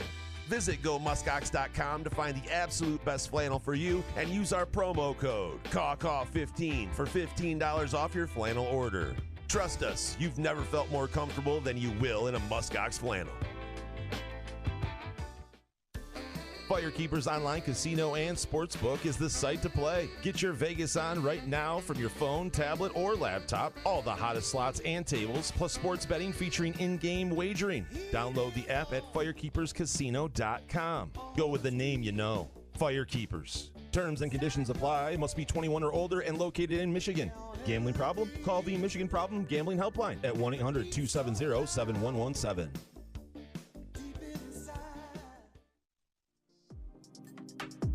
Wherever you are on your cannabis journey, let Sky Mint Premium Cannabis be your guide, your friend, and your place. Whether you're curious about cannabis or a seasoned connoisseur, Sky Mint's knowledgeable staff will help you with a vast selection of products to choose from to fit your needs. Sky Mint believes access to the best cannabis helps people do good and feel good, so they grow it right here in Michigan, giving you high-quality, locally grown cannabis at highly accessible prices. Visit skymint.com for special offers and location information throughout Michigan, and use the promo code CouchAndRube20 for 20% off your first visit. Sky Mint Cannabis. You'll love this place.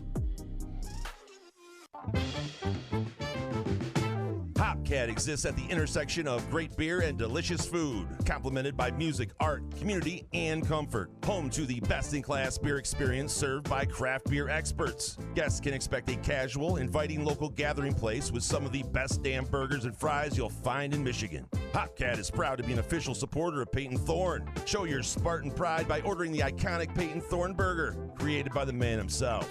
And don't forget about Spartan basketball. Hopcat is your pre-game headquarters for basketball all season long. Catch the game at any of our locations: East Lansing, Detroit, Grand Rapids, Ann Arbor, Kalamazoo, and Holland. To plan your next trip to Hopcat, visit www.hopcat.com. Find Couch in the Rube podcasts on Spreaker, iTunes, iHeartRadio, Spotify, YouTube, Facebook, Google Podcasts, CastBox, and the Rube's favorite podcast addict.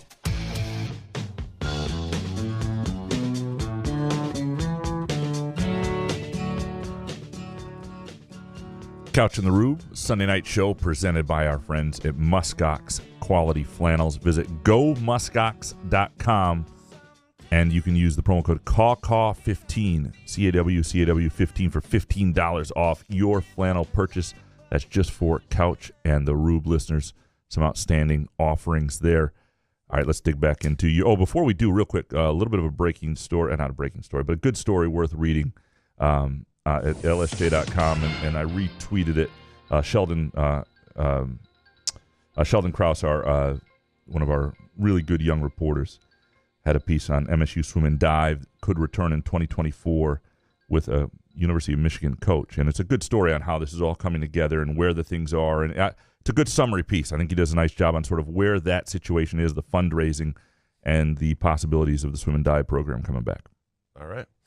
Mike Scott next. Number one, if the Tigers don't trade at least 2 pending free agent pitchers and maybe 3 at the deadline, it will be a wasted trade deadline. 2, Penn State at plus 550 to win the Big Ten is worth a sprinkle. 3, Juwan Howard leaves after the season following another disastrous year. Interesting stuff here from Mike Scott. Number one, Penn State is, I think, the best value bet that exists. Maybe Iowa like plus 240 to win the West.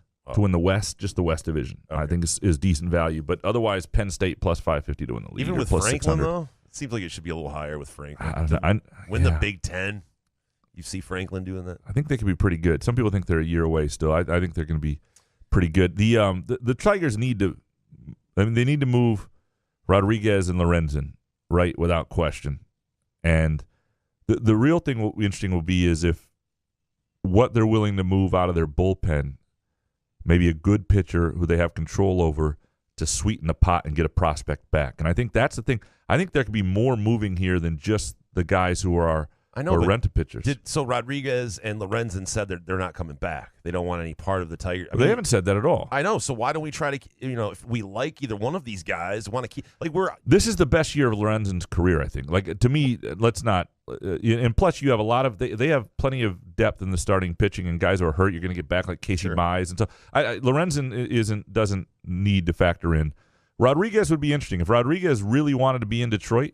Especially if he said he was going to pick up his option after this year, because he does have an option for next year, or really wanted, Detroit could have those conversations. I don't know. I mean, he is the same guy that missed like 3 months without telling the Tigers, right? That is true. Last year. Yeah. Cracker Sofa next. Number one, the Shadows jersey could be worn for several matchups this year. Michigan, obviously, but Washington, Ohio State, and Penn State all would look fantastic in contrast with their uniforms. However, they should still only be worn once a year. Hear, hear. 2, if you are over the age of 75, you need to start handing out heirlooms and cleaning out your properties while you still have the physical and mental capacity to do so. Pretty lame to make your kids and grandkids do it for you when you no longer can do it in your 90s. 3, the MSU-Michigan rivalry is heated, but the individuals on Twitter, X, that think that violence is going to break in the stands need to touch grass and put the phone down. Yeah, it's just I agree with you here. I just don't think it's going to be venomous in the crowd, but there's just so many. I mean, this is one state. Like, it's not like It's not even like It's just too much. There's too much commonality. There's too many friendships and marriages and just decent fuckers in this state to. We're dropping MFers now? Yeah, there's decent folks. I didn't mean decent fuckers, but decent folks everywhere. I just don't, I just don't. And there's going to be a few that act up and maybe fight or something, but it isn't the majority. That. But I'm saying it's a stadium of what? How many people can fit in there? If you have a couple fights, going to happen regardless of. I don't know how often fights actually do. I mean, first of all, if you're the visiting team, you're outnumbered. Why would you want to be in a fight? And usually you're in your own section, and most people don't.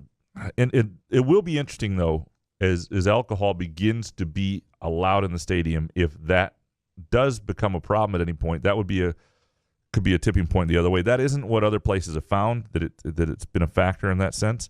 But if it was, I mean, look, you and I have been to NFL games where we've been around fights that have broken out. Oh yeah, and it's a very different atmosphere to some degree.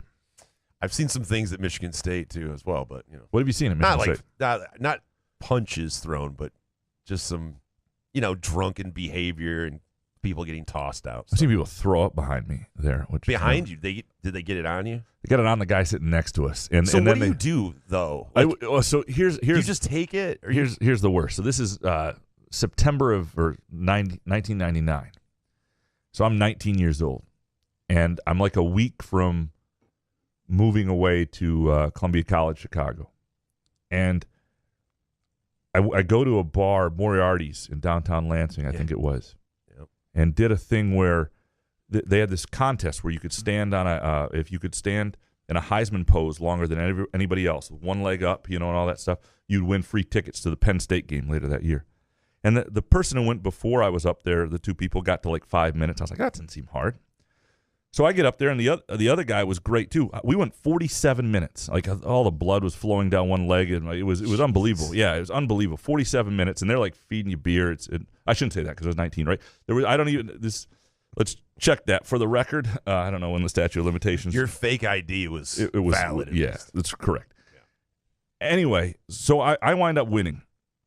So we have these other great seats that were probably better than ours that we gave away to a friend because we wanted to sit in our seats when I came home from school for that game.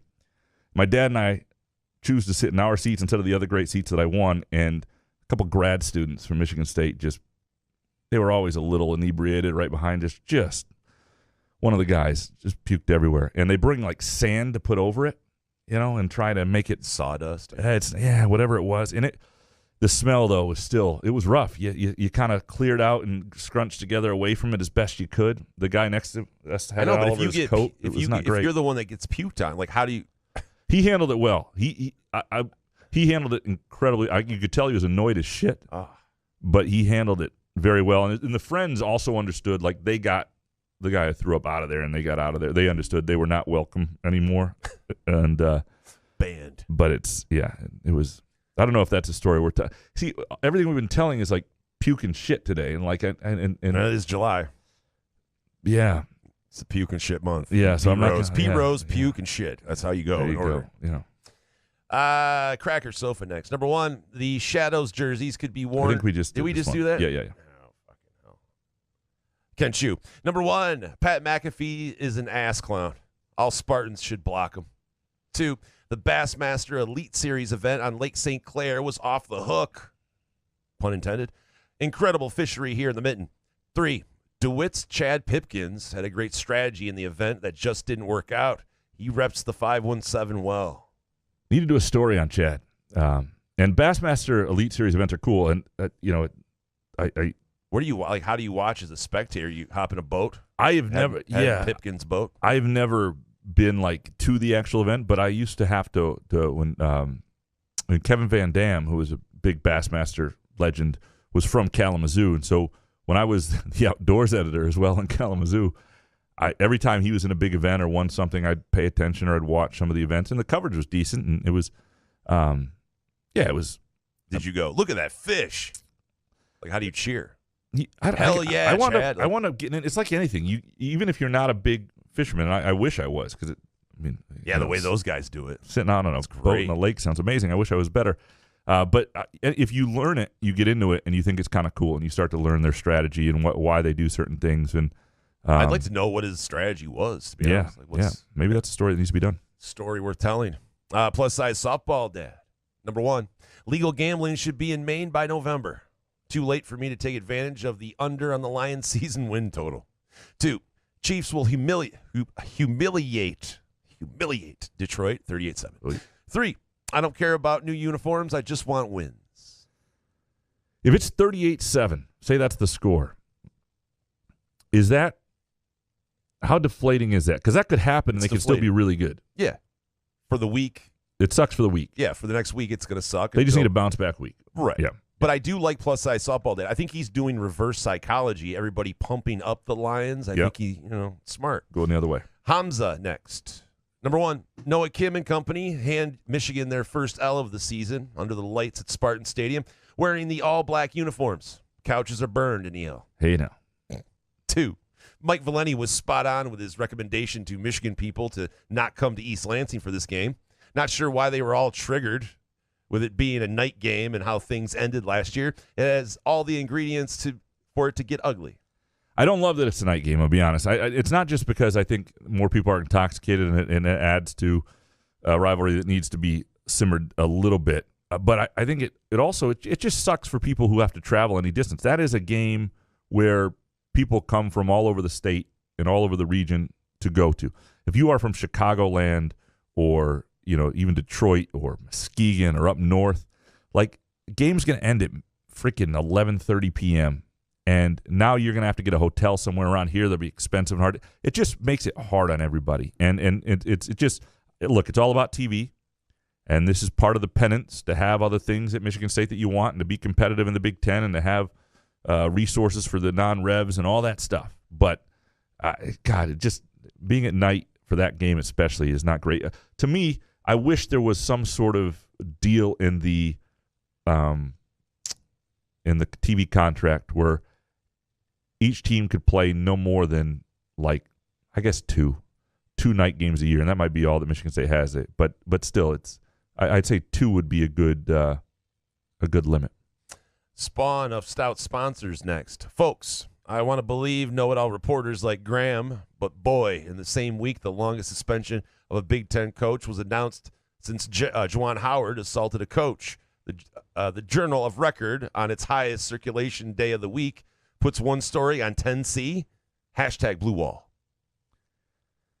Yeah, I didn't see the Free Press today, if that's what you're talking about for that. Can you imagine, though, if Izzo would have smacked Guard, though? Oh, it would have been lead story on ESPN. You have to admit, right? I mean, totally different. Yeah, it would have been a totally different situation. Yeah. And the other thing you have to, and I'm not trying to stick up for whatever's going on there. Wait, did you just agree there's blue wall? I don't think there's a blue wall, but I do think Izzo I do understand why the blue wall appears to exist, and elements of a blue curtain happen from time to time, because sort of the lead columnist at the Detroit News is definitely leans Michigan. The Mitch Albom, although he doesn't write a lot of sports anyway, is a Michigan first guy. Mm-hmm. And then you get a guy like Sean Windsor, who's way too thoughtful to get caught up in this shit, so he doesn't care about, like, he is not somebody who is going to it's certain elements of the rivalry get emotional about it in his writing. And the other thing that happens when you talk about print and on 10C, so little thought goes into print these days, and I hate to say that, but it really does in certain ways, that, like, it's not the way it used to be. Like, if all those stories may have run earlier in the week or may have run, I can't tell you the reasoning for it. But if Tucker were suspended for 4 games this season, how many times would it be in a paper or a newscast somewhere? I don't know that it wouldn't be different. Nobody's protecting Jim Harbaugh there on those desks, and those beat writers certainly aren't. They're no different than the people who cover. I mean, look, the guy who covers Michigan for the Free Press was a diehard Michigan State fan before he got hired. Like, he got hired as a trending reporter there. He'd be an MSU fan. He's an MSU grad. Los? No. Oh. Tony Garcia. Oh, Tony Garcia. Okay. Is that it? Yeah. Okay. Bo McJunkin's next. Number 1, if you create a fake threat over a college football rivalry, you need help. 2, Detroit media and Michigan fanboy media not giving Tucker's rein it in, quote, full context and clutching pearls is just another sad example of the non-blue wall he's clearly talking about on the field. 3, Chris Ilitch doesn't face nearly enough heat for the District Detroit being a total bust-up to this point. Where's all the development? I think he gets some heat, but maybe, I mean, he certainly deserves it. Ilitch is a frustrating character. People write about it, but does he really get heat? I don't know. But how do you see the guy? But the guy's got so much money. Like, how do you give heat? Like, what does heat look like? I don't even. People do write about it. It gets. I've read quite a few articles about what the fuck. Where is this? Like, I don't. Is that what the article said? That's the headline. The fuck. What the WTF, man? Where's the development? I've seen enough of those. Well, it is pretty embarrassing though. If you promise to build something. Yeah. Whatever. Yeah, no, it's incredibly embarrassing. What happened though? Like, what happened? Like, his dad. When did Chris Ilitch become cheap? Is what I'm. You know what I mean? Like, I know he spends over $100 million, but that doesn't. You're not going to compete. But anyway, Travis Maynard next. Number 1, not a hot take, but wanted to congratulate Tommy on becoming a grandfather last Saturday, and to his granddaughter Isabel Frances Izzo McDonald. Welcome to Earth, Tiny Spartan. Go green. 2. Graham, at least once a week, I think about how Malik let that tip 3 go out of bounds. It lives rent-free in my head. Tell me something that will help move it out. I can't help but think that if he had grabbed the ball, we get the honor of shellacking a shellacking by UConn in the final. It's hot here. Sorry. Yeah, I'd sort of forgotten about that play. Something that will move it out of your head. Any more stories from Kalamazoo? Cohen Carr. Just YouTube Cohen Carr dunks. Think about this year. And understand that there was no way in hell they were beating UConn. So nothing that happened in that game, while they could have gotten another Final Four, would have. But you never know. Would have beaten UConn. I do not think the way that team was built, they had any shot in that game. That said, another Final Four would have been, for that team, pretty cool. And I don't think even people who give Izzo's program shit for not having won another one and sort of being stuck at the Final Four level, I think given what last season was and where they were seated and all that stuff, if they had gotten to a Final Four, gotten to a final, nobody would have said that if they had lost to a better UConn team. So I just didn't help. I'm sorry. Yeah. Cohen Carr, YouTube, or Moneyball. Just go to Moneyball and watch Cohen Carr. You'll feel good. I got to say, that was like the worst answer of all time, though. It's up there. Yeah. It's going to suck. Spartan Frank next. Number 1. This is about to be Izzo's best roster since I've been old enough to care. 2004. Near equal seniority as of 2014 and way more incoming talent. 2, as a Bears fan, it feels like the Lions' expectations are a magnet to them, disappointing, even though they have the best roster in the North. So what, as you watch Lions preseason stories and coverage, like how are you feeling right now? Like, what's your vibe? Core foundation, man. Grit. I don't know what to do. It's kind of like the Michigan State season. I'm ready just to get it going because I just want to see a couple games first, get a vibe of the season. I want to believe, but I've been hurt so much by the Lions that I just sit there and I listen to it. It makes me laugh about the Goff when people praise Goff and shit. But I mean, I am enjoying it, but we really haven't done anything to deserve it yet. We didn't even make the playoffs. But anyway, yeah, no, I'm enjoying it. It's just weird hearing people talk about the Lions as this team that's nationally. What is going to be very interesting is how opinions will change. People always overreact to week 1, and they are the only game on that Thursday night, right? It is a you react after week 4. It just all depends. Right, you have a week to talk about. But stuff. week 1 is the ultimate overreaction. Sure. And being the only game on that night that everybody's going to see, the opinions that are formed. If things, I mean, and they could go a couple different ways. Like the Lions do not have to win that game for everybody to go, yeah, these guys might be pretty good. You got to go in there and not take shit. Don't back down. You got to be competitive. Right. Yep. Right. Clocked in Spartan. Next, have you had FaceTime with Izzo this summer? Has he commented at all about who's made the biggest strides this summer or how the freshmen look at practice thus far? You know, the only time that I have talked with him during the summer was at in his office when I was doing the piece on him and Tucker, and I think that was about it. Maybe the one other time, but the only thing you really asked about was the Cohen Carr dunks and Moneyball, and he gave some good comments there. But and he talked about in practice, what he likes from Cohen Carr because he doesn't see Moneyball. And so he did. I mean, he did say a little bit about that and that he likes the guys. He doesn't see Moneyball at all, like anything. No, nor does he care, because he just knows it's not really relevant. And he sees sometimes they'll show up at Moneyball and they look like they're dragging a little bit, and it's because they just had a 2-hour practice and a 1-hour lift, and it's like, okay, now we got to go play in a pro-am. Hey, Tom, Jackson Kohler just dropped 53, whatever he did. Well, that was. Yeah, he said he called Desmond after that. He's like, somebody's got to play a little defense.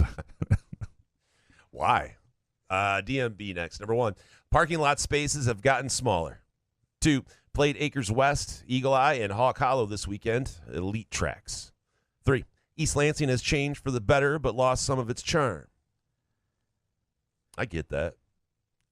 Yeah. It's just wild to go down there and just look up at the sky, and there's buildings to the sky. It's very different. The one thing I will say is when you add a place like the Rock Bar, atop the hotel there, that is a elite addition, and to the point that gives it charm. The ability to overlook all of Lansing and East Lansing and Spartan Stadium up there. And the fact that they built this thing and the best months to be up there, the students are away, so we get it without them. It's fucking fantastic. How about DMB, though, playing Acres West, Eagle Eye, and Hawk Hollow It's a good weekend? That's a really good weekend, by the way. Yeah.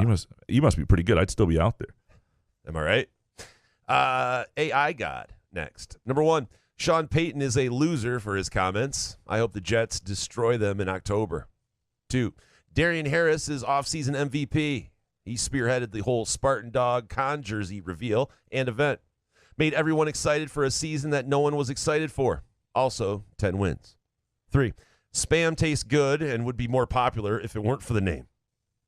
It probably I've never had Spam in my life. Have you? I don't remember having it. But it's not just the name. It's the can it comes in, and it looks like a cat shit, like in a box. Or Right. It looks like cat food, okay. right? Yeah, sure. It doesn't look great. Cat food, cat shit, either way. And I'm not somebody who's that, I'm You're not above eating not that Spam. discerning. Yeah, I'll eat just about anything I can. But Spam has never appealed to me. I would try it. I would have Next a bite. show? Bring Sure. some in? Sure, I'll Spam. Live taste test? Hear you chewing on Mike? That sounds great for people. Eating Spam and I've eaten a lot of cheap canned food in my life, and like beefaroni. Have you ever had beefaroni? I have, yes. It's so good. I've tried beefaroni. Especially you put enough, Now in a enough can? cheese on it. Yeah, beefaroni in a can. Do you eat it out of the can? No, you heat it up. Right, but then you eat it out of the can. Oh, I see what you're saying. Like one of those cans. Yeah, I've done that in like a hotel lobby where you get the beefaroni in the. You ate it in the lobby? No, but that's where the microwave is. You heat it up and you go up to your room sometimes. See you carrying up a little cup of ravioli. Oh yeah, no, it's trying to take a bite. It's so hot. It's fantastic. Did you hear the Sean Payton comment? You know what? I know that he was ripping what's his nuts, Nathaniel Hackett, yeah. and rightfully so. It was fucking embarrassing. What did he say exactly? I didn't hear exactly. Hold on, let me pull up these things. Hold on.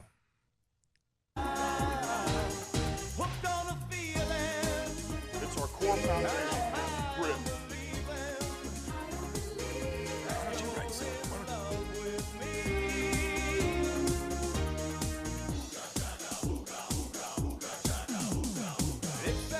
All right, so.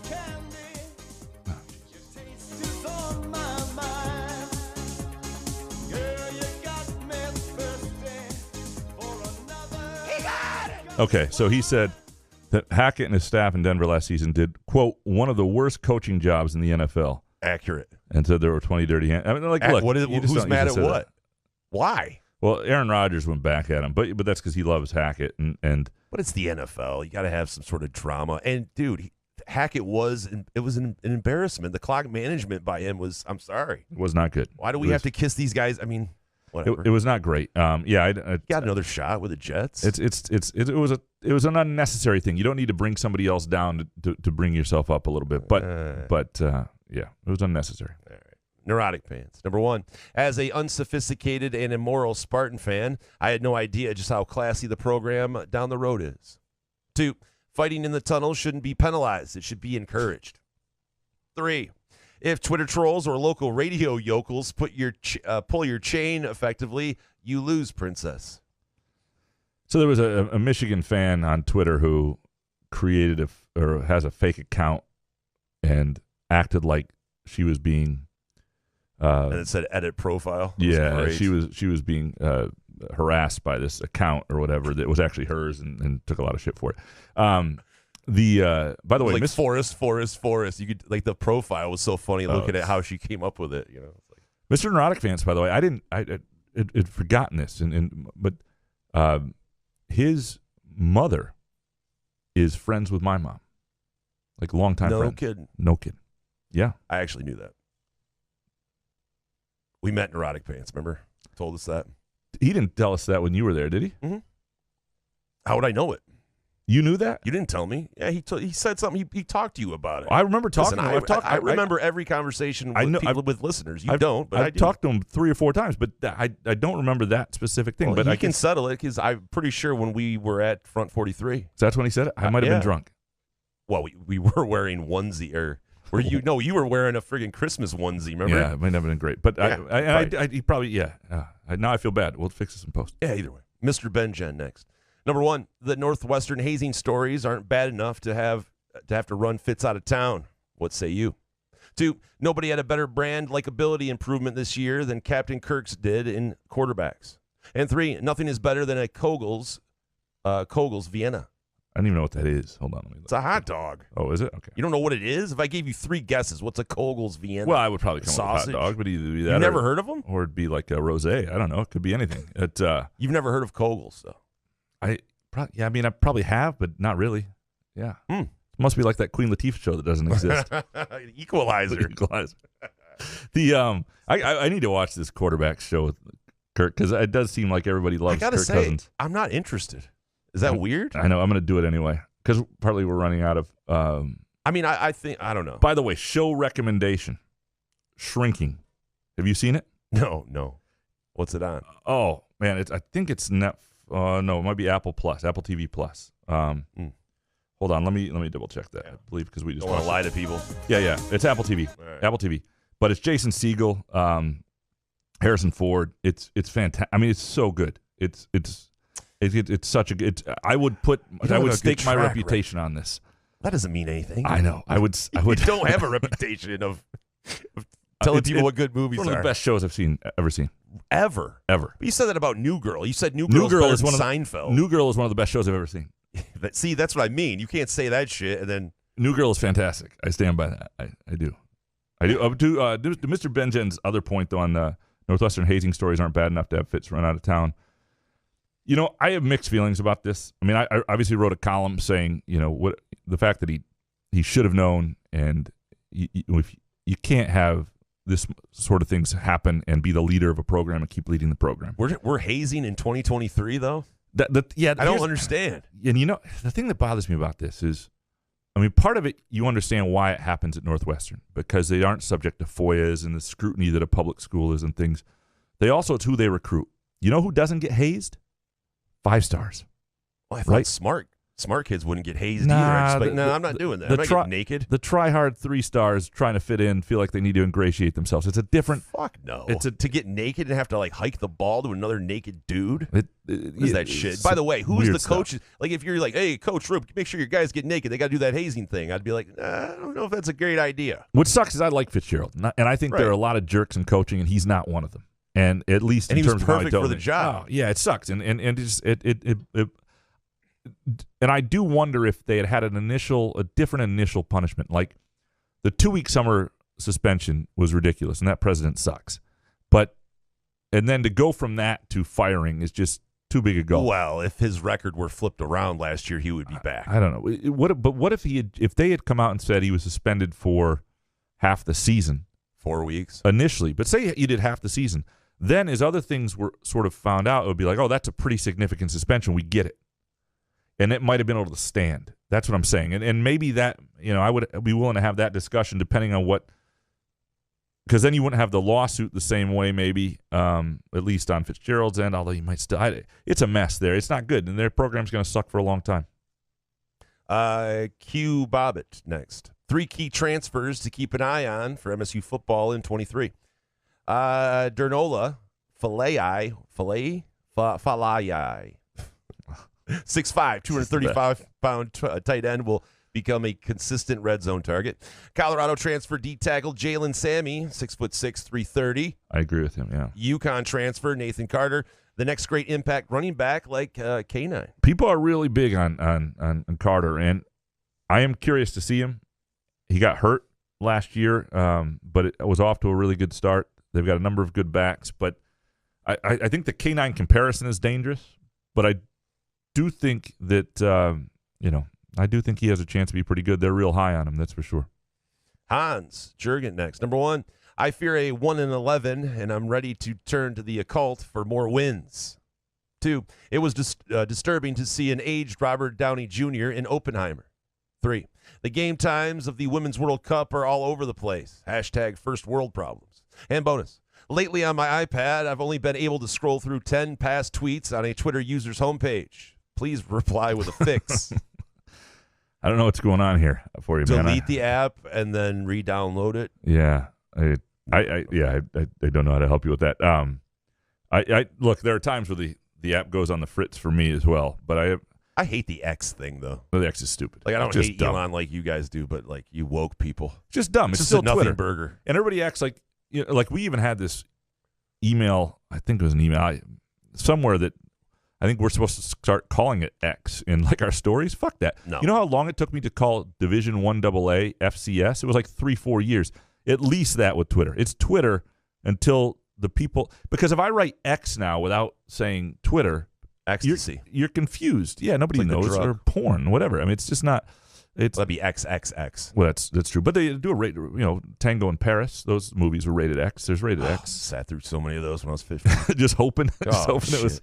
Yeah. It said brief nudity, and I was like, I'm in for the next hour and a half. Now, brief nudity is always disappointing because brief nudity was actually brief. 1,000%, but it's Yeah. all we had. I know. Kids It was today that don't or even know. scrambled porn. Or Mexican soap operas and sort of. Those were underrated, Yeah. You and get some- those were entertaining as well. I'm surprised I didn't learn Spanish as much effort as I. It's hard to Is hear that- the words when you're shucking and jiving, if you know what I mean. He's right on the World Cup, Women's World Cup game times. You get some 9 p.m.ers you're excited about, and then all of a sudden it's like, what? Everything's at 3:30 a.m. now, and then there's 6 a.m. and it's So sucks. do you stay up then? I've 3:30 a.m. gotten up early. I've stayed up for the 1:30 a.m. game a little bit. The middle of the night game I can't deal with. I don't know what the women, the U.S. women play at 3:30 a.m. I think is it Tuesday? I haven't exactly figured out what I'm going to do, but getting up at 3:30 in the morning is going to screw up my whole day. I'm not gonna do that. Jake Hawkins next. Number 1, the black uniforms for MSU football are awesome, but I still would have went with the bright neon green letters and numbers instead of the white to look like the basketball team's uniforms. The glow in the darks is what I call them. 2, with several NFL teams bringing back throwback jerseys, the Lions should bring back the ones that Barry Sanders wore back in the day. That would be awesome. 3, Quarterback on Netflix is a very, very good show. You guys should check it out. Mike Valenti's take that Kirk Cousins is like Ned Flanders in a football helmet is kind of out of proportion. I like how Cousins and his family live frugally despite him making 30+ mil. Bonus. So now it's here. Twitter is now X. Seriously? What is happening? And what are you trying to prove, Elon Musk? Answer Jake, Elon. Answer Jake. He wanted to call PayPal X, and all the other guys were like, "What are you, an idiot?" So now I'm not gonna. Well, you're right though. I'm not calling it X. Like, you can't. Yeah. What's it? So it's not a tweet anymore, right? Is it? What is it? X eat. It's hot here. The Lions jerseys that I enjoy the most. You're right. The Barry Sanders, the throwbacks that were throwbacks when Barry wore them, which were like all silver pants, all silver helmet. Like Spielman, yeah. Yeah, those were great. I did like that. And Barry always looked really fast. He was fast anyway, but he always looked incredibly fast. And they're also the uniforms. I think they won. Probably the most hope I ever had for the Lions was, I forget how many years in for Barry, but wasn't that far in. We're talking early 90s. They'd started to win a little. It was exciting. Monday Night Football game they won in Dallas in like 92 or 93 wearing those uniforms. Jason Hansen winning field goal, I believe, was just, man. But you wanted to get me to watch this show, and so I'm going to watch a frugal Christian guy not spend money. Sign me up. I'll watch it for you and give you the recommendation like it is, but it won't be as good as Shrinking or New Girl. Lastly, Upper Deck Jerk Guy. Number 1, neon is greater than black. 2, almost any other team but Michigan Ann Arbor would have had much better, 2, almost any other team but U of M Ann Arbor would have had much stiffer penalties. 3, the blue wall exists and makes the rivalry toxicity worse. Certainly the appearance of or the thought that there is a blue wall pisses people off and adds to the toxicity without question. Neon uniforms better than the blacks? Yeah. I can't. Like I'm not a fan of the neon. I don't need either. Frankly, I think they got great classic uniforms. Don't mess with them. No point. We appreciate you producing our show. Your patience with us while we were away. Glad to be back. We appreciate our friends at Muskox, and go to gomuskox.com. And if you go to gomuskox.com/caw-caw, you can look at some of their bundles, some great options, or just go to the website and use our promo code CAWCAW15 if you're just going to order one single flannel and get $15 off. Some great purchases there. We appreciate Midtown Brewing Company. Unbelievable place for just about any occasion. Go to midtownbrewing.net to check them out.